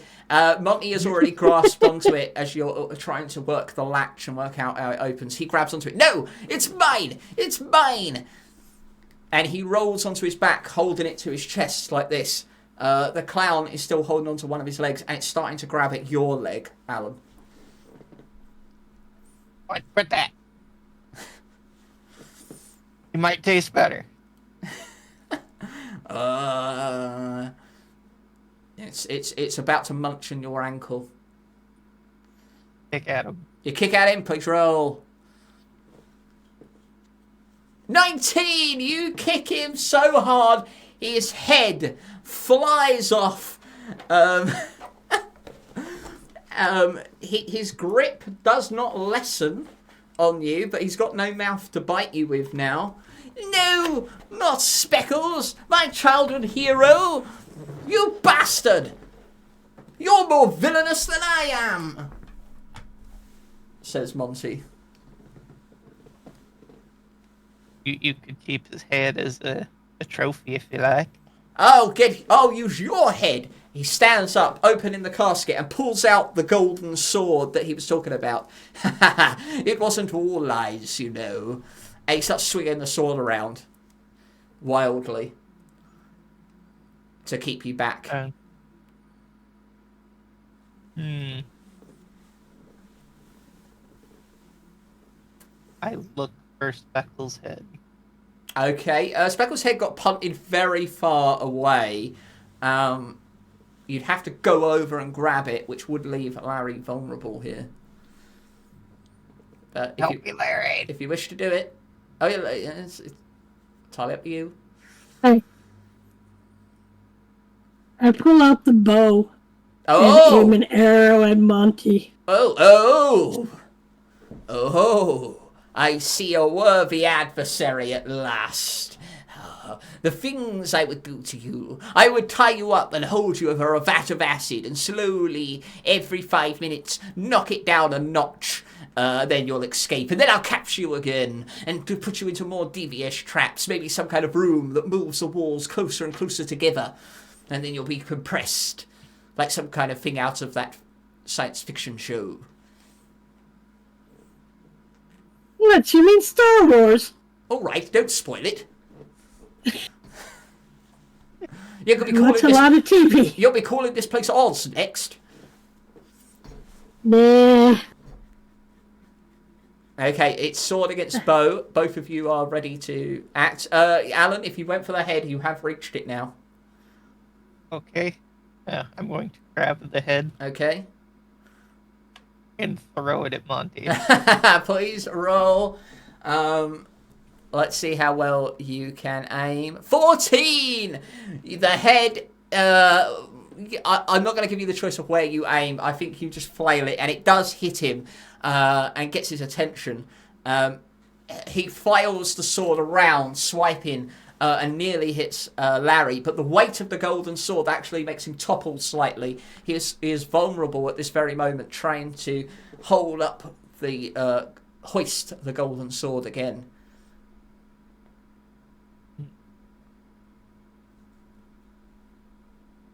Try to tackle him. Okay, here we go. Please roll.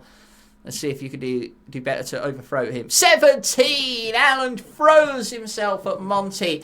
Monty gets tackled to the ground, dropping the sword. No, please, take all the money you wish. Don't hurt my face, please. I get up and take the golden sword. Oh, you take the golden sword. Oh, please, the golden sword. It's worthless. I swear. He scrambles back up to his feet. Please, I beg you, give me the sword. I'll leave. I promise. But gold's usually worth something. No, in this land, gold is worth but a pittance. Please. If that was the case, you are quite pressed about it, friend. It has magical properties. And what that might be. It is able to slice through absolutely anything. Anything? Absolutely anything. I was going to use it to usurp the powers in the city. With it, I will have unquestionable wealth, and then I shall be a true villain. And all the heroes will come to conquer me, and I will slice them all in two. But please, allow me to try. I'm keeping the sword. You figure out another evil plan there, friend. Damn you! Well, I've still got this! And he holds up a wad of cash and waves it in your face. Nah. You keep your money. Ah! Damn you! I shall be back again one day. You have not troubled Monty. Oh no! And he slams down a glove onto the floor, and then he runs off into the darkness. I pick up his glove. Please add the golden sword that can slice through anything to your inventory. And you could add Monty's glove. Doesn't really have any other effects, but you can keep it, and we can keep note of that you have the glove. You both are now standing in a mound of what used to be a graveyard. But let's go back to our friend Gordon, who has successfully figured out the cog puzzle. Let me put my wig on.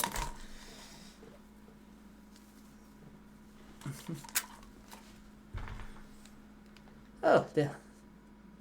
Whoa, dude! You figured it out? Yeah. Good going. Hey, here's your shotgun. I've made some improvements to it. You won't need any more bullets. All you need is anything at all. I've installed it so you can put anything in here and it'll shoot it at the same range and blast power as any other bullet. Go with it. You have a box of springs? Springs? There's some nuts and bolts and springs around here somewhere. Maybe in that box over there. Okay, I'll look in the box. It's so cool to have my own workshop. This is why I like the appeal of this place. Dad would never let me do anything like this back at home. He'd keep me in my room. He said I got in the way. Quite a lot. He said I walked in at the wrong moments. You walked in when I'm washing the car. You walked in when I'm doing another woman. You walked in when I was doing that thing to the dog, but I wasn't actually doing that thing to the dog. Eh? Yeah, he was a weird man. He was my real dad. Alrighty then. I take the box of nuts Okay, and bolts. please add box of nuts and bolts to your inventory. The shotgun does have 2 more normal rounds, but now has an added contraption on it, which allows it to filter in anything that you can find that would fit in it and fire it at the same rate. You've also solved the puzzle. Hey, now that you've done this, I don't suppose you'd be willing to help me a little bit further? How so? Well, I mean, this has got to go to a certain guy in the forest. Now, there is a go-between, and that guy can talk your ears off. But I think he was on his first trip between places, and I think he's probably going to die. So I don't know whether I can trust him with this. Do you think you could get it to the guy in the forest? Yeah, sure. I'll do it in the morning if that's okay. Yeah, absolutely. That's totally fine. I mean, the delivery guy should be back by morning too. So either way, I'm either gonna have to risk it, or I put it in your hands. And although that's a risk, you look like you can handle yourself. Yeah, I'll take it. Fantastic. Okay, please add electronic device or mechanical device, whichever you wish, to your inventory. Damn, I'm so lucky to find you. And by the way, I don't know where you come from, but I imagine you come from a great place full of loads of food, right? Yes. I thought so. You had the look about you, especially when you said you were a chef. So, if you find yourself cooking away with all those big food in the big pantry, if you see any big potatoes, I love big potatoes. Could you cook me some of those? Maybe. Awesome, dude.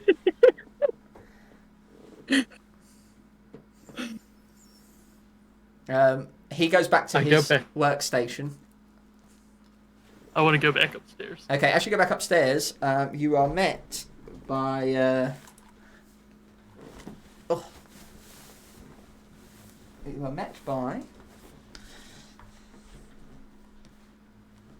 a very angry-looking Scotsman. Alright. How much do I have to pay you to fuck off? And forget what you saw down there. Here, where'd you get that? He notices the mechanical item you were holding. Oh, I'm supposed to deliver it to the person who it belongs to. Oh, you've been recruited. Yeah. Alright, now You listen. could say I'm a good overachiever. The person who wants this is using it for his teleportation device. Okay, with this, you can get into the city as well. So you won't have to go through the front gate, and it'll materialise right in the heart of the kingdom. So, you're on to a winner here, but I would advise going in the morning. It's dangerous out there. Especially at night. I've just had word that my transportation, funny old man, won't stop talking. Apparently he's been killed. You know, I met a funny old man on the way here. They found him hanging from a bridge, and his horse had been stolen. Good job we only gave him a load of spare parts. We knew he wouldn't last long. Well, that's sad. Well, yeah, I suppose. But, you know, life goes on. Well, not for him. Clearly. Yeah. Well, if the kid trusts you, then I don't. But I've got no other choice, so fair enough. Well, fair enough.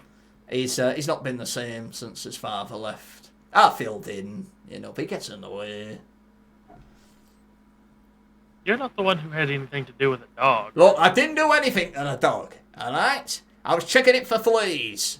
It's just my pants were off at the time. Okay. Problem with that? I think I'm gonna go ahead and head out. Head out? Head out? You need to cook my dinner. Oh, yeah. I've been waiting for my fish supper. Yeah, I'll go do that before I head out. I appreciate that. He shows you into the kitchen, but he watches you.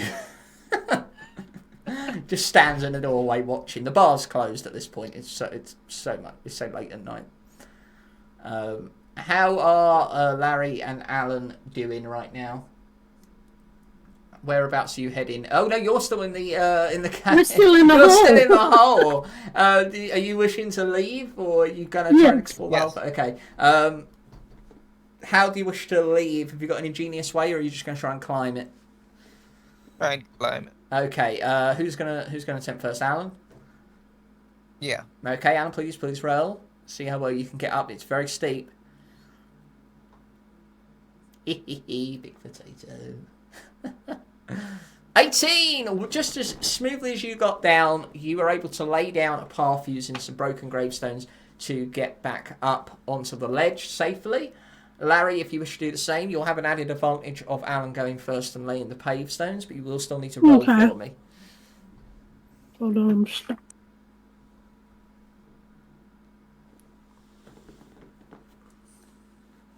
13 with the added addition of those paving stones, you are managed to get out. Well, maybe not as easily or as smoothly or as gloriously as Alan was able to make it look, but you do stumble out. It's a lot of effort for you, Larry. You are back on the yellow brick road outside of the gates. You're now in possession of that sword. No, you can. Yeah, you can. It's fine. All the items you've got right now, I think, are good. So you can make your way back to the crossroads if you so desire. Yes. Yeah. Okay, you manage to make it back. It's so late at night right now. It's so hard to see even the yellow brick road. You just kind of feel the road under your feet. Any diversion from the path, it's going to be extremely difficult to find your way. So just remember that as it is quite late. You have a choice at the crossroads. You can either go straight across to the south, or you can go the east or west directions. Which way was the tavern again?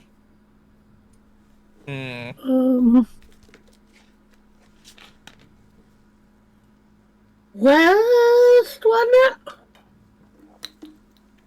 it? Let's head west. West, going west. Okay, as you head west, you keep the path, under your feet. Something catches your eye, though. Something swinging in the distance of what looks like a high ridge path that the road is taking you on. As you get closer, it is the outline of a body swinging off the side of a bridge that you are going over. Take a peek at the body. You wish to look at the body? Okay, you wish to approach it. You make your way down the side of the path, keeping your hand on the bridge. And as you get closer, you notice that it is the man you met on the cart and horse. The horse and cart, rather. Fucking chips and fish. That's big potatoes. A way of talking in my head. Cart and horse. Who was riding the horse and cart with the white hair and flat cap, is hanging by the neck from the bridge. Well, that's unfortunate. Larry, do you wish to go down to join Alan at the body? Yes. Okay, you do manage to keep your hand on the path and get there. It's up to you. You can examine the body, or you can carry on. Examine. The path.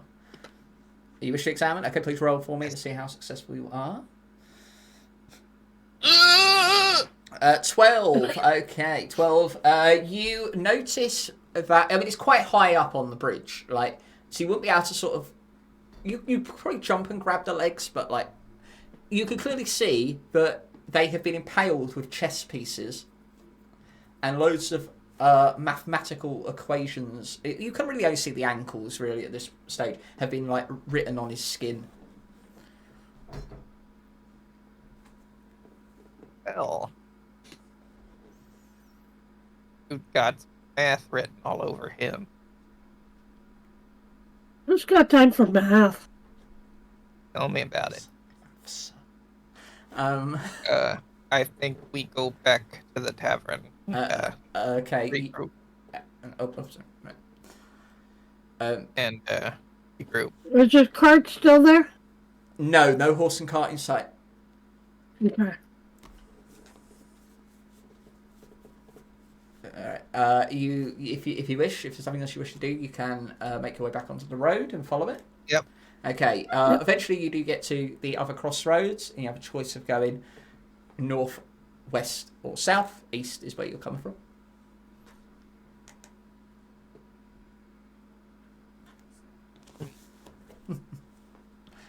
Can I look at the sign? Oh yeah, you can have a look at the site. It is quite dark though. You'll have to roll for this. See if you can make it out. As you have no light source. 3, you cannot read it. It's so pitch black here. You can barely see in front of your face anyway. You're unable to feel around and find the signpost. You only know that you're at the crossroads because the path has evened out into a circular fashion. All right.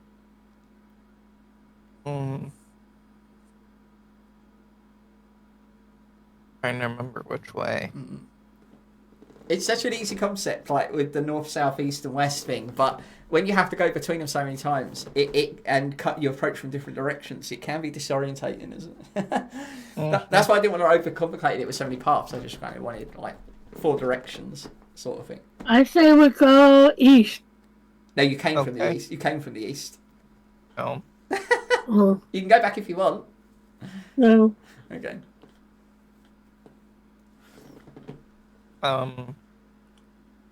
Let's go south. You go south. Okay.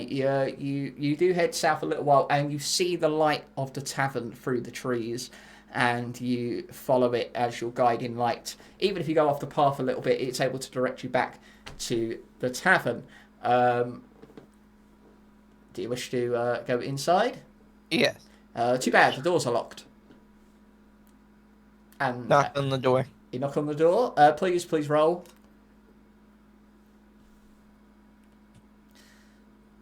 Hello?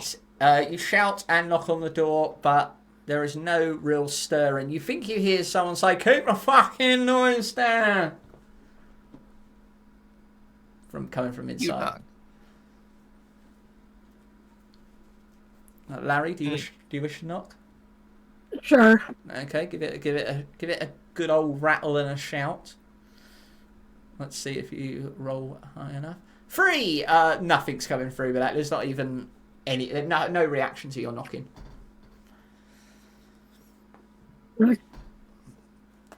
knock again. Okay, it's going to be harder this time. If you wish to knock again, please roll. You're going to have to roll exceedingly high. Open the door. 18! Hey!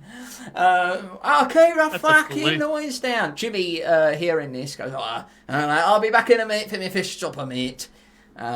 Jimmy walks over. All right, keep the noise down. You hear loads of locks being undone and latches being released. Right, what is it? Oh, you're back. I thought you already went up to bed. Come inside. Probably late night adventure. Yes, it looks like it. Oh, look at you. Your trip's in all the dirt in. Was that born? Oh. Yeah. He kicks some dirt out the door and shuts it and starts looking at it again. All right, well, you've got 3 room and board tonight. All right. Let's head upstairs. You should know, though, that your friend who's cooking me a meal right now, he's on a mission for us. So I don't want you taking him off in any other direction tomorrow morning. All right. Sounds good. All right. Yep, door's up there. It's your last room on the left. If you wish to go up, you may. Yep. Okay. You make your way upstairs. There are 5 doors, 3 on your left and 2 on the right, because the stairs are where the last one would have been. The third one would have been. If you wish to go down to your room, you may. Yeah. As Want to go to the room. As you pass by the first one on the right, you hear some sobbing coming from behind the door. But you do approach your door on the left. Do you wish to open it up? Yes. Too bad. Your mate's got the key. Damn it. We'll cut to where your mate is in the kitchen. Jimmy is sitting down at a really rotten table, waiting for his dinner. I bring it out. All right. Put it down there. Here So, you go. let's give it a go. What'd you say? Michelin Man? Did you? Yeah. Right. Let's have a go with it. He opens it up. It opens up the fish and he takes a bit in. Oh, spice as you put in it. Oh, Just salt and pepper. I like salt and pepper. He starts eating more. He's gorging away on that. Nah, good grub. Thank you. No, I think I'll have another. Well, there's plenty more left in the kitchen. Yeah. I'm going to bed. Oh, you got to do everything around here, haven't you? Oh my God. He gets up and angrily goes into the kitchen, leaving you on your own. I decide to go upstairs. Okay. As you pass through the bar towards the door, I need you to roll for me. Okay. The fire has been put out now. 15! You manage to successfully get across. You think you see Frank on the bar stirring a little bit when you go over a certain floorboard, but he returns and you're able to go up the stairs and to see your friends waiting outside the door. Oh, what are you guys doing here? Why aren't you going to bed yet? Wait. You have You got the damn key. I was never given a key.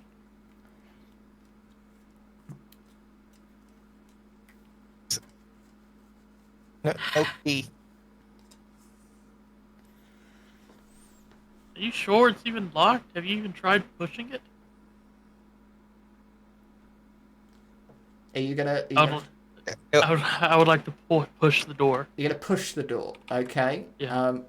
It does not move. Oh. Can I go back downstairs and retrieve the keys? You can go back downstairs if you wish. Yes. Okay, you go back downstairs. You enter the main bar.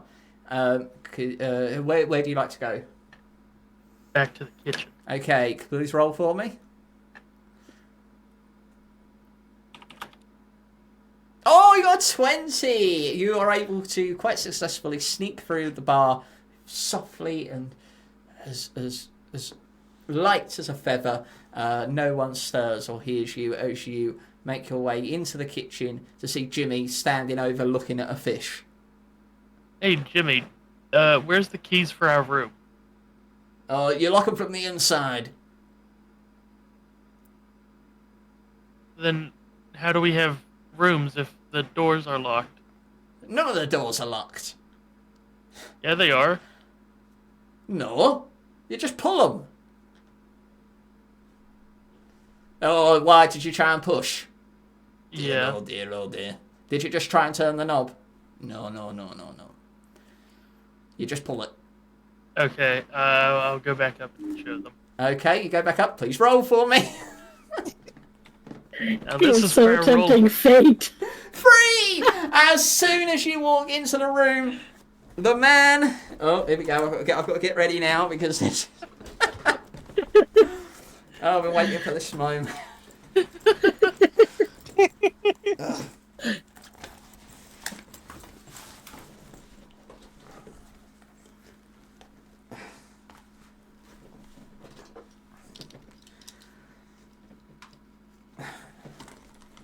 The man lunges at you from his chair, falling on top of you. You both crash on the floor. Oh, I fucking love you, my wife, my precious.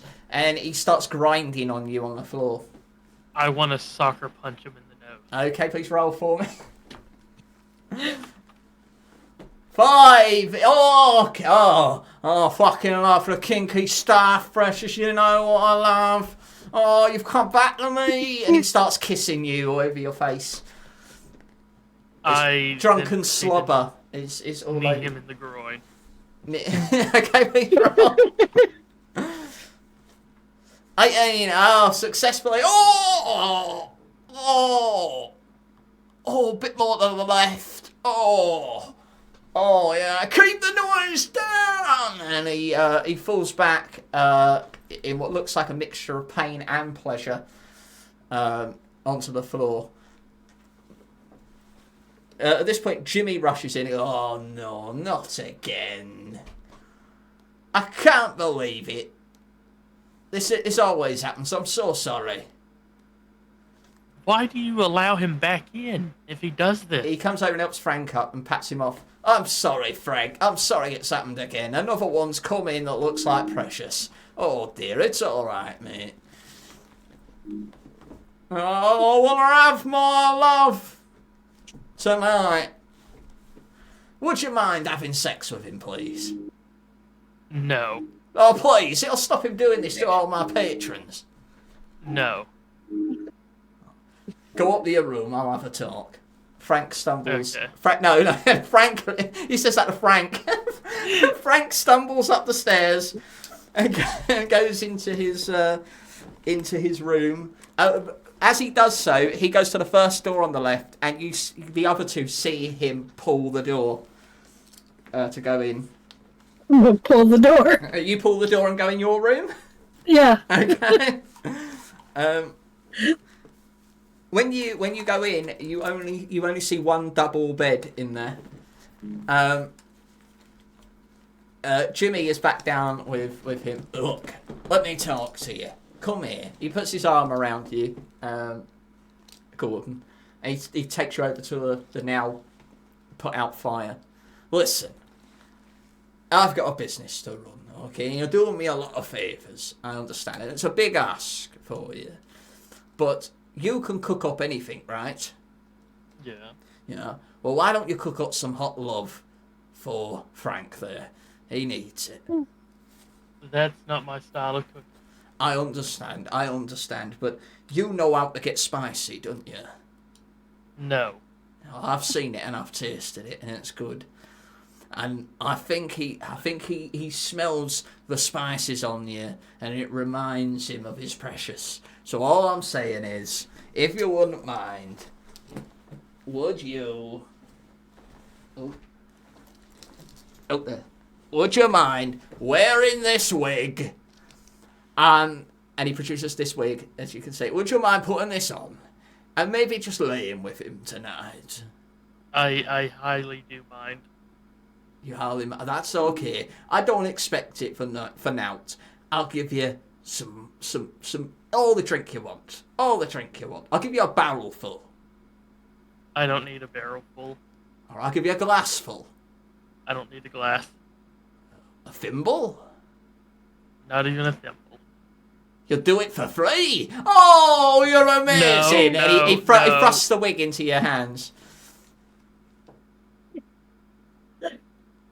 Okay.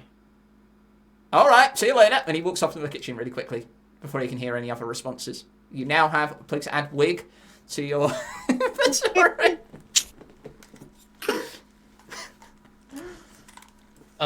Is there a broom anywhere? A broom. Yes, there is. It's leaning against the bar. I would like to take the broom. You wish to take broom? Okay. You please add broom to your inventory. I'll allow that. There is a broom there. And I'd like to go up the stairs. Okay, you wish to go up the stairs. You arrive at the stairs. You see that your compatriots have probably figured it out and have gone inside their room. You hear some snoring from the room opposite the stairs. There is some sobbing coming to your right as well. I would like to go into Frank's room and put the broom in the bed with the wig. Please roll for me. Please. Yes!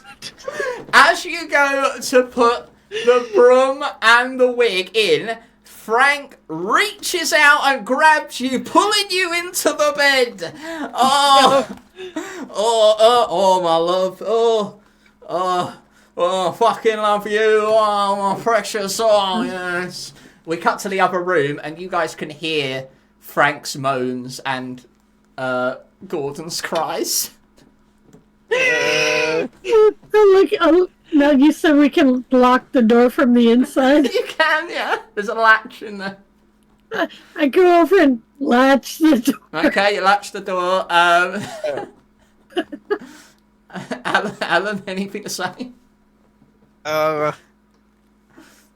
Sure you don't want to check that out? No, I'm good. He'll take care of himself. He's the Michelin man. At this point,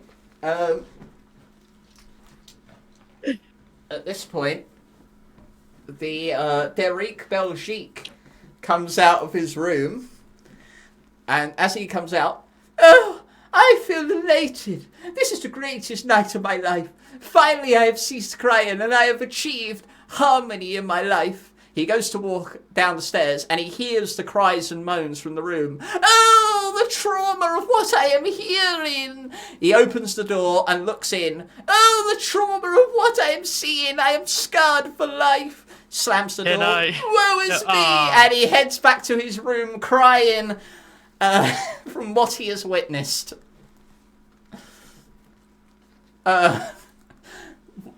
Yes. What would you like to do?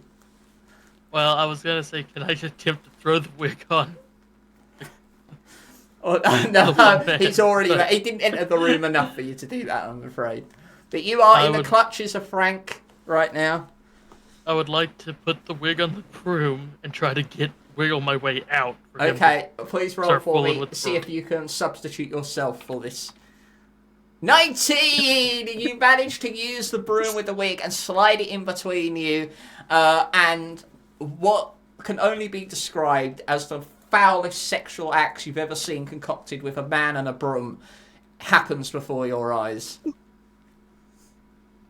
I'd like to leave. You leave! Please roll for me. 19! You managed to leave without making any more attention to yourself, and you're able to get out of the room successfully. Where would you like to go now? To my room. You go to your room, but I'm afraid it is locked. I would like to knock on the door and just say, please, let me in. You guys, can you hear this? Yes. Alright, go and unlatch. Okay, you unlatch the door and you let Gordon into the room. There is a very small bathroom in there. Not enough to, like, there's no bathroom, it's just a toilet and a sink.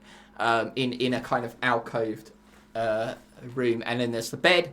There's no couches. There's nothing else in there. It's just a bed and a bedside table with a lamp.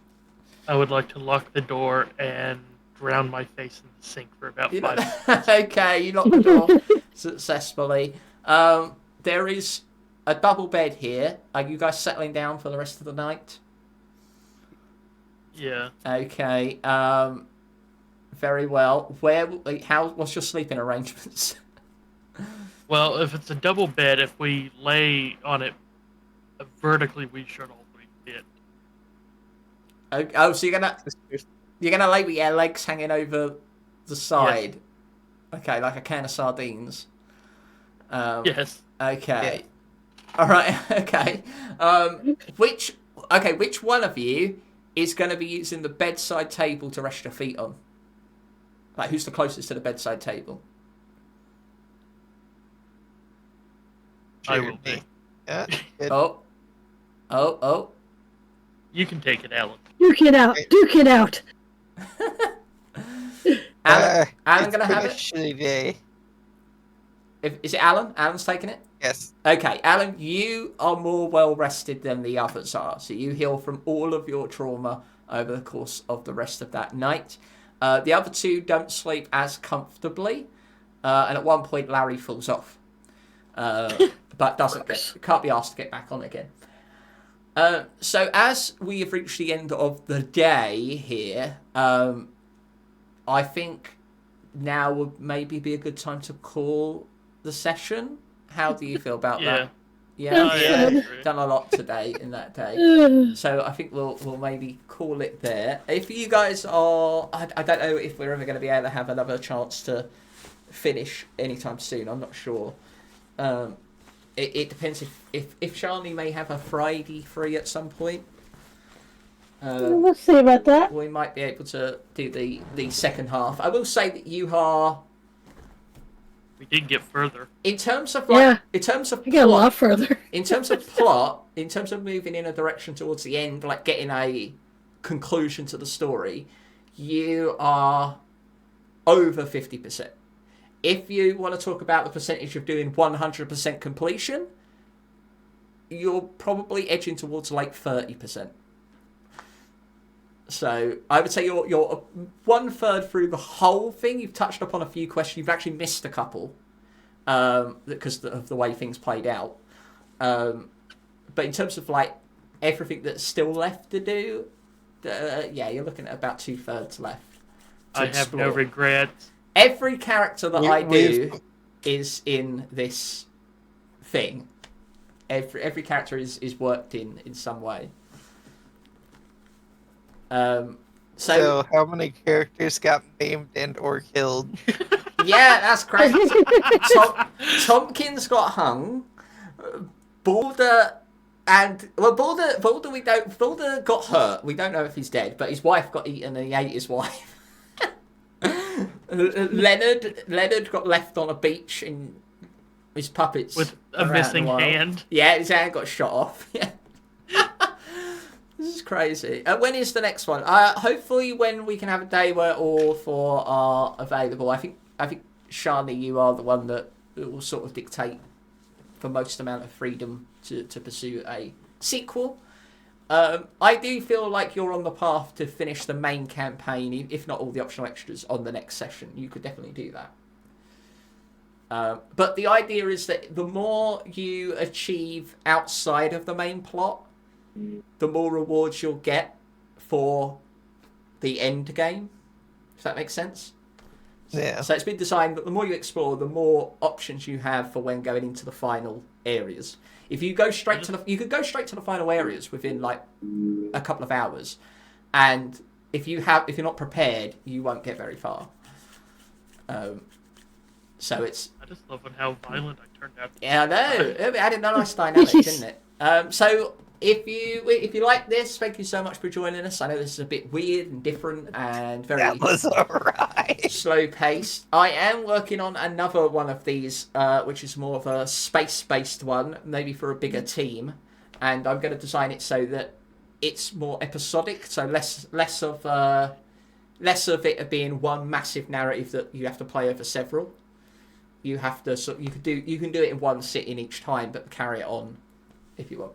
But yes, that's it from us. So I'd like to thank my guest, Scottish Meatloaf, Hey, thanks for as having me. the chef Gordon Bennett, who got molested. You cooked up Twice. Twice. What? Cooked up some fish. Actually, 3 times if you count the bull. Yes, that's true. If you count the bull. You got gored.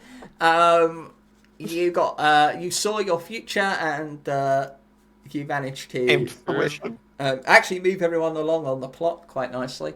Of course, Pandarai, who played the fisherman. Yep. Alan, thank you for joining us. It was a lot of fun. You hooked a lot of things tonight very successfully. You avoided a lot of danger, and you were a hero. Oh yes, most certainly. And of course, we have Larry Tuesday, who scratched themselves and asked everyone if they wanted to play a game, which was an absolute joy. You made me break so much during that whole thing. It was wonderful. We could say Panda's a hooker. Yes, in the best possible way of describing that. That was mental. It was mental. I know that, my interpretation of this kind of thing is very odd. But hopefully there was enough going on to keep you invested. I thank you for joining us tonight. Let's go and see who we can raid today. I'm going to take people over to Fluffy. I think today it's been a while since I've been to Fluffy. Let's go over there. Be raid. Thank you for sharing. You're most welcome. Please, if you wish to know what I'm doing in the coming weeks, I have quite a few appointments this week, so there may be less streams, maybe more towards the weekend. But stay tuned, either in the schedule. Tomorrow I'm updating it, and in the Discord to get all the updates you need. I hope you're thinking of the guy who ate his wife. I can't believe that played out the way it did. That's a memory. Let's. Well, to be fair, Gordon is a bit of a. I can't believe it. So until then, thank you for joining us. I know it was a long one. I know it's a lot to sit through as well. So really do appreciate you. Thank you so much. And we will see you all next time on the bright side. Say goodbye, everyone. Bye, everyone. Bye. Bye.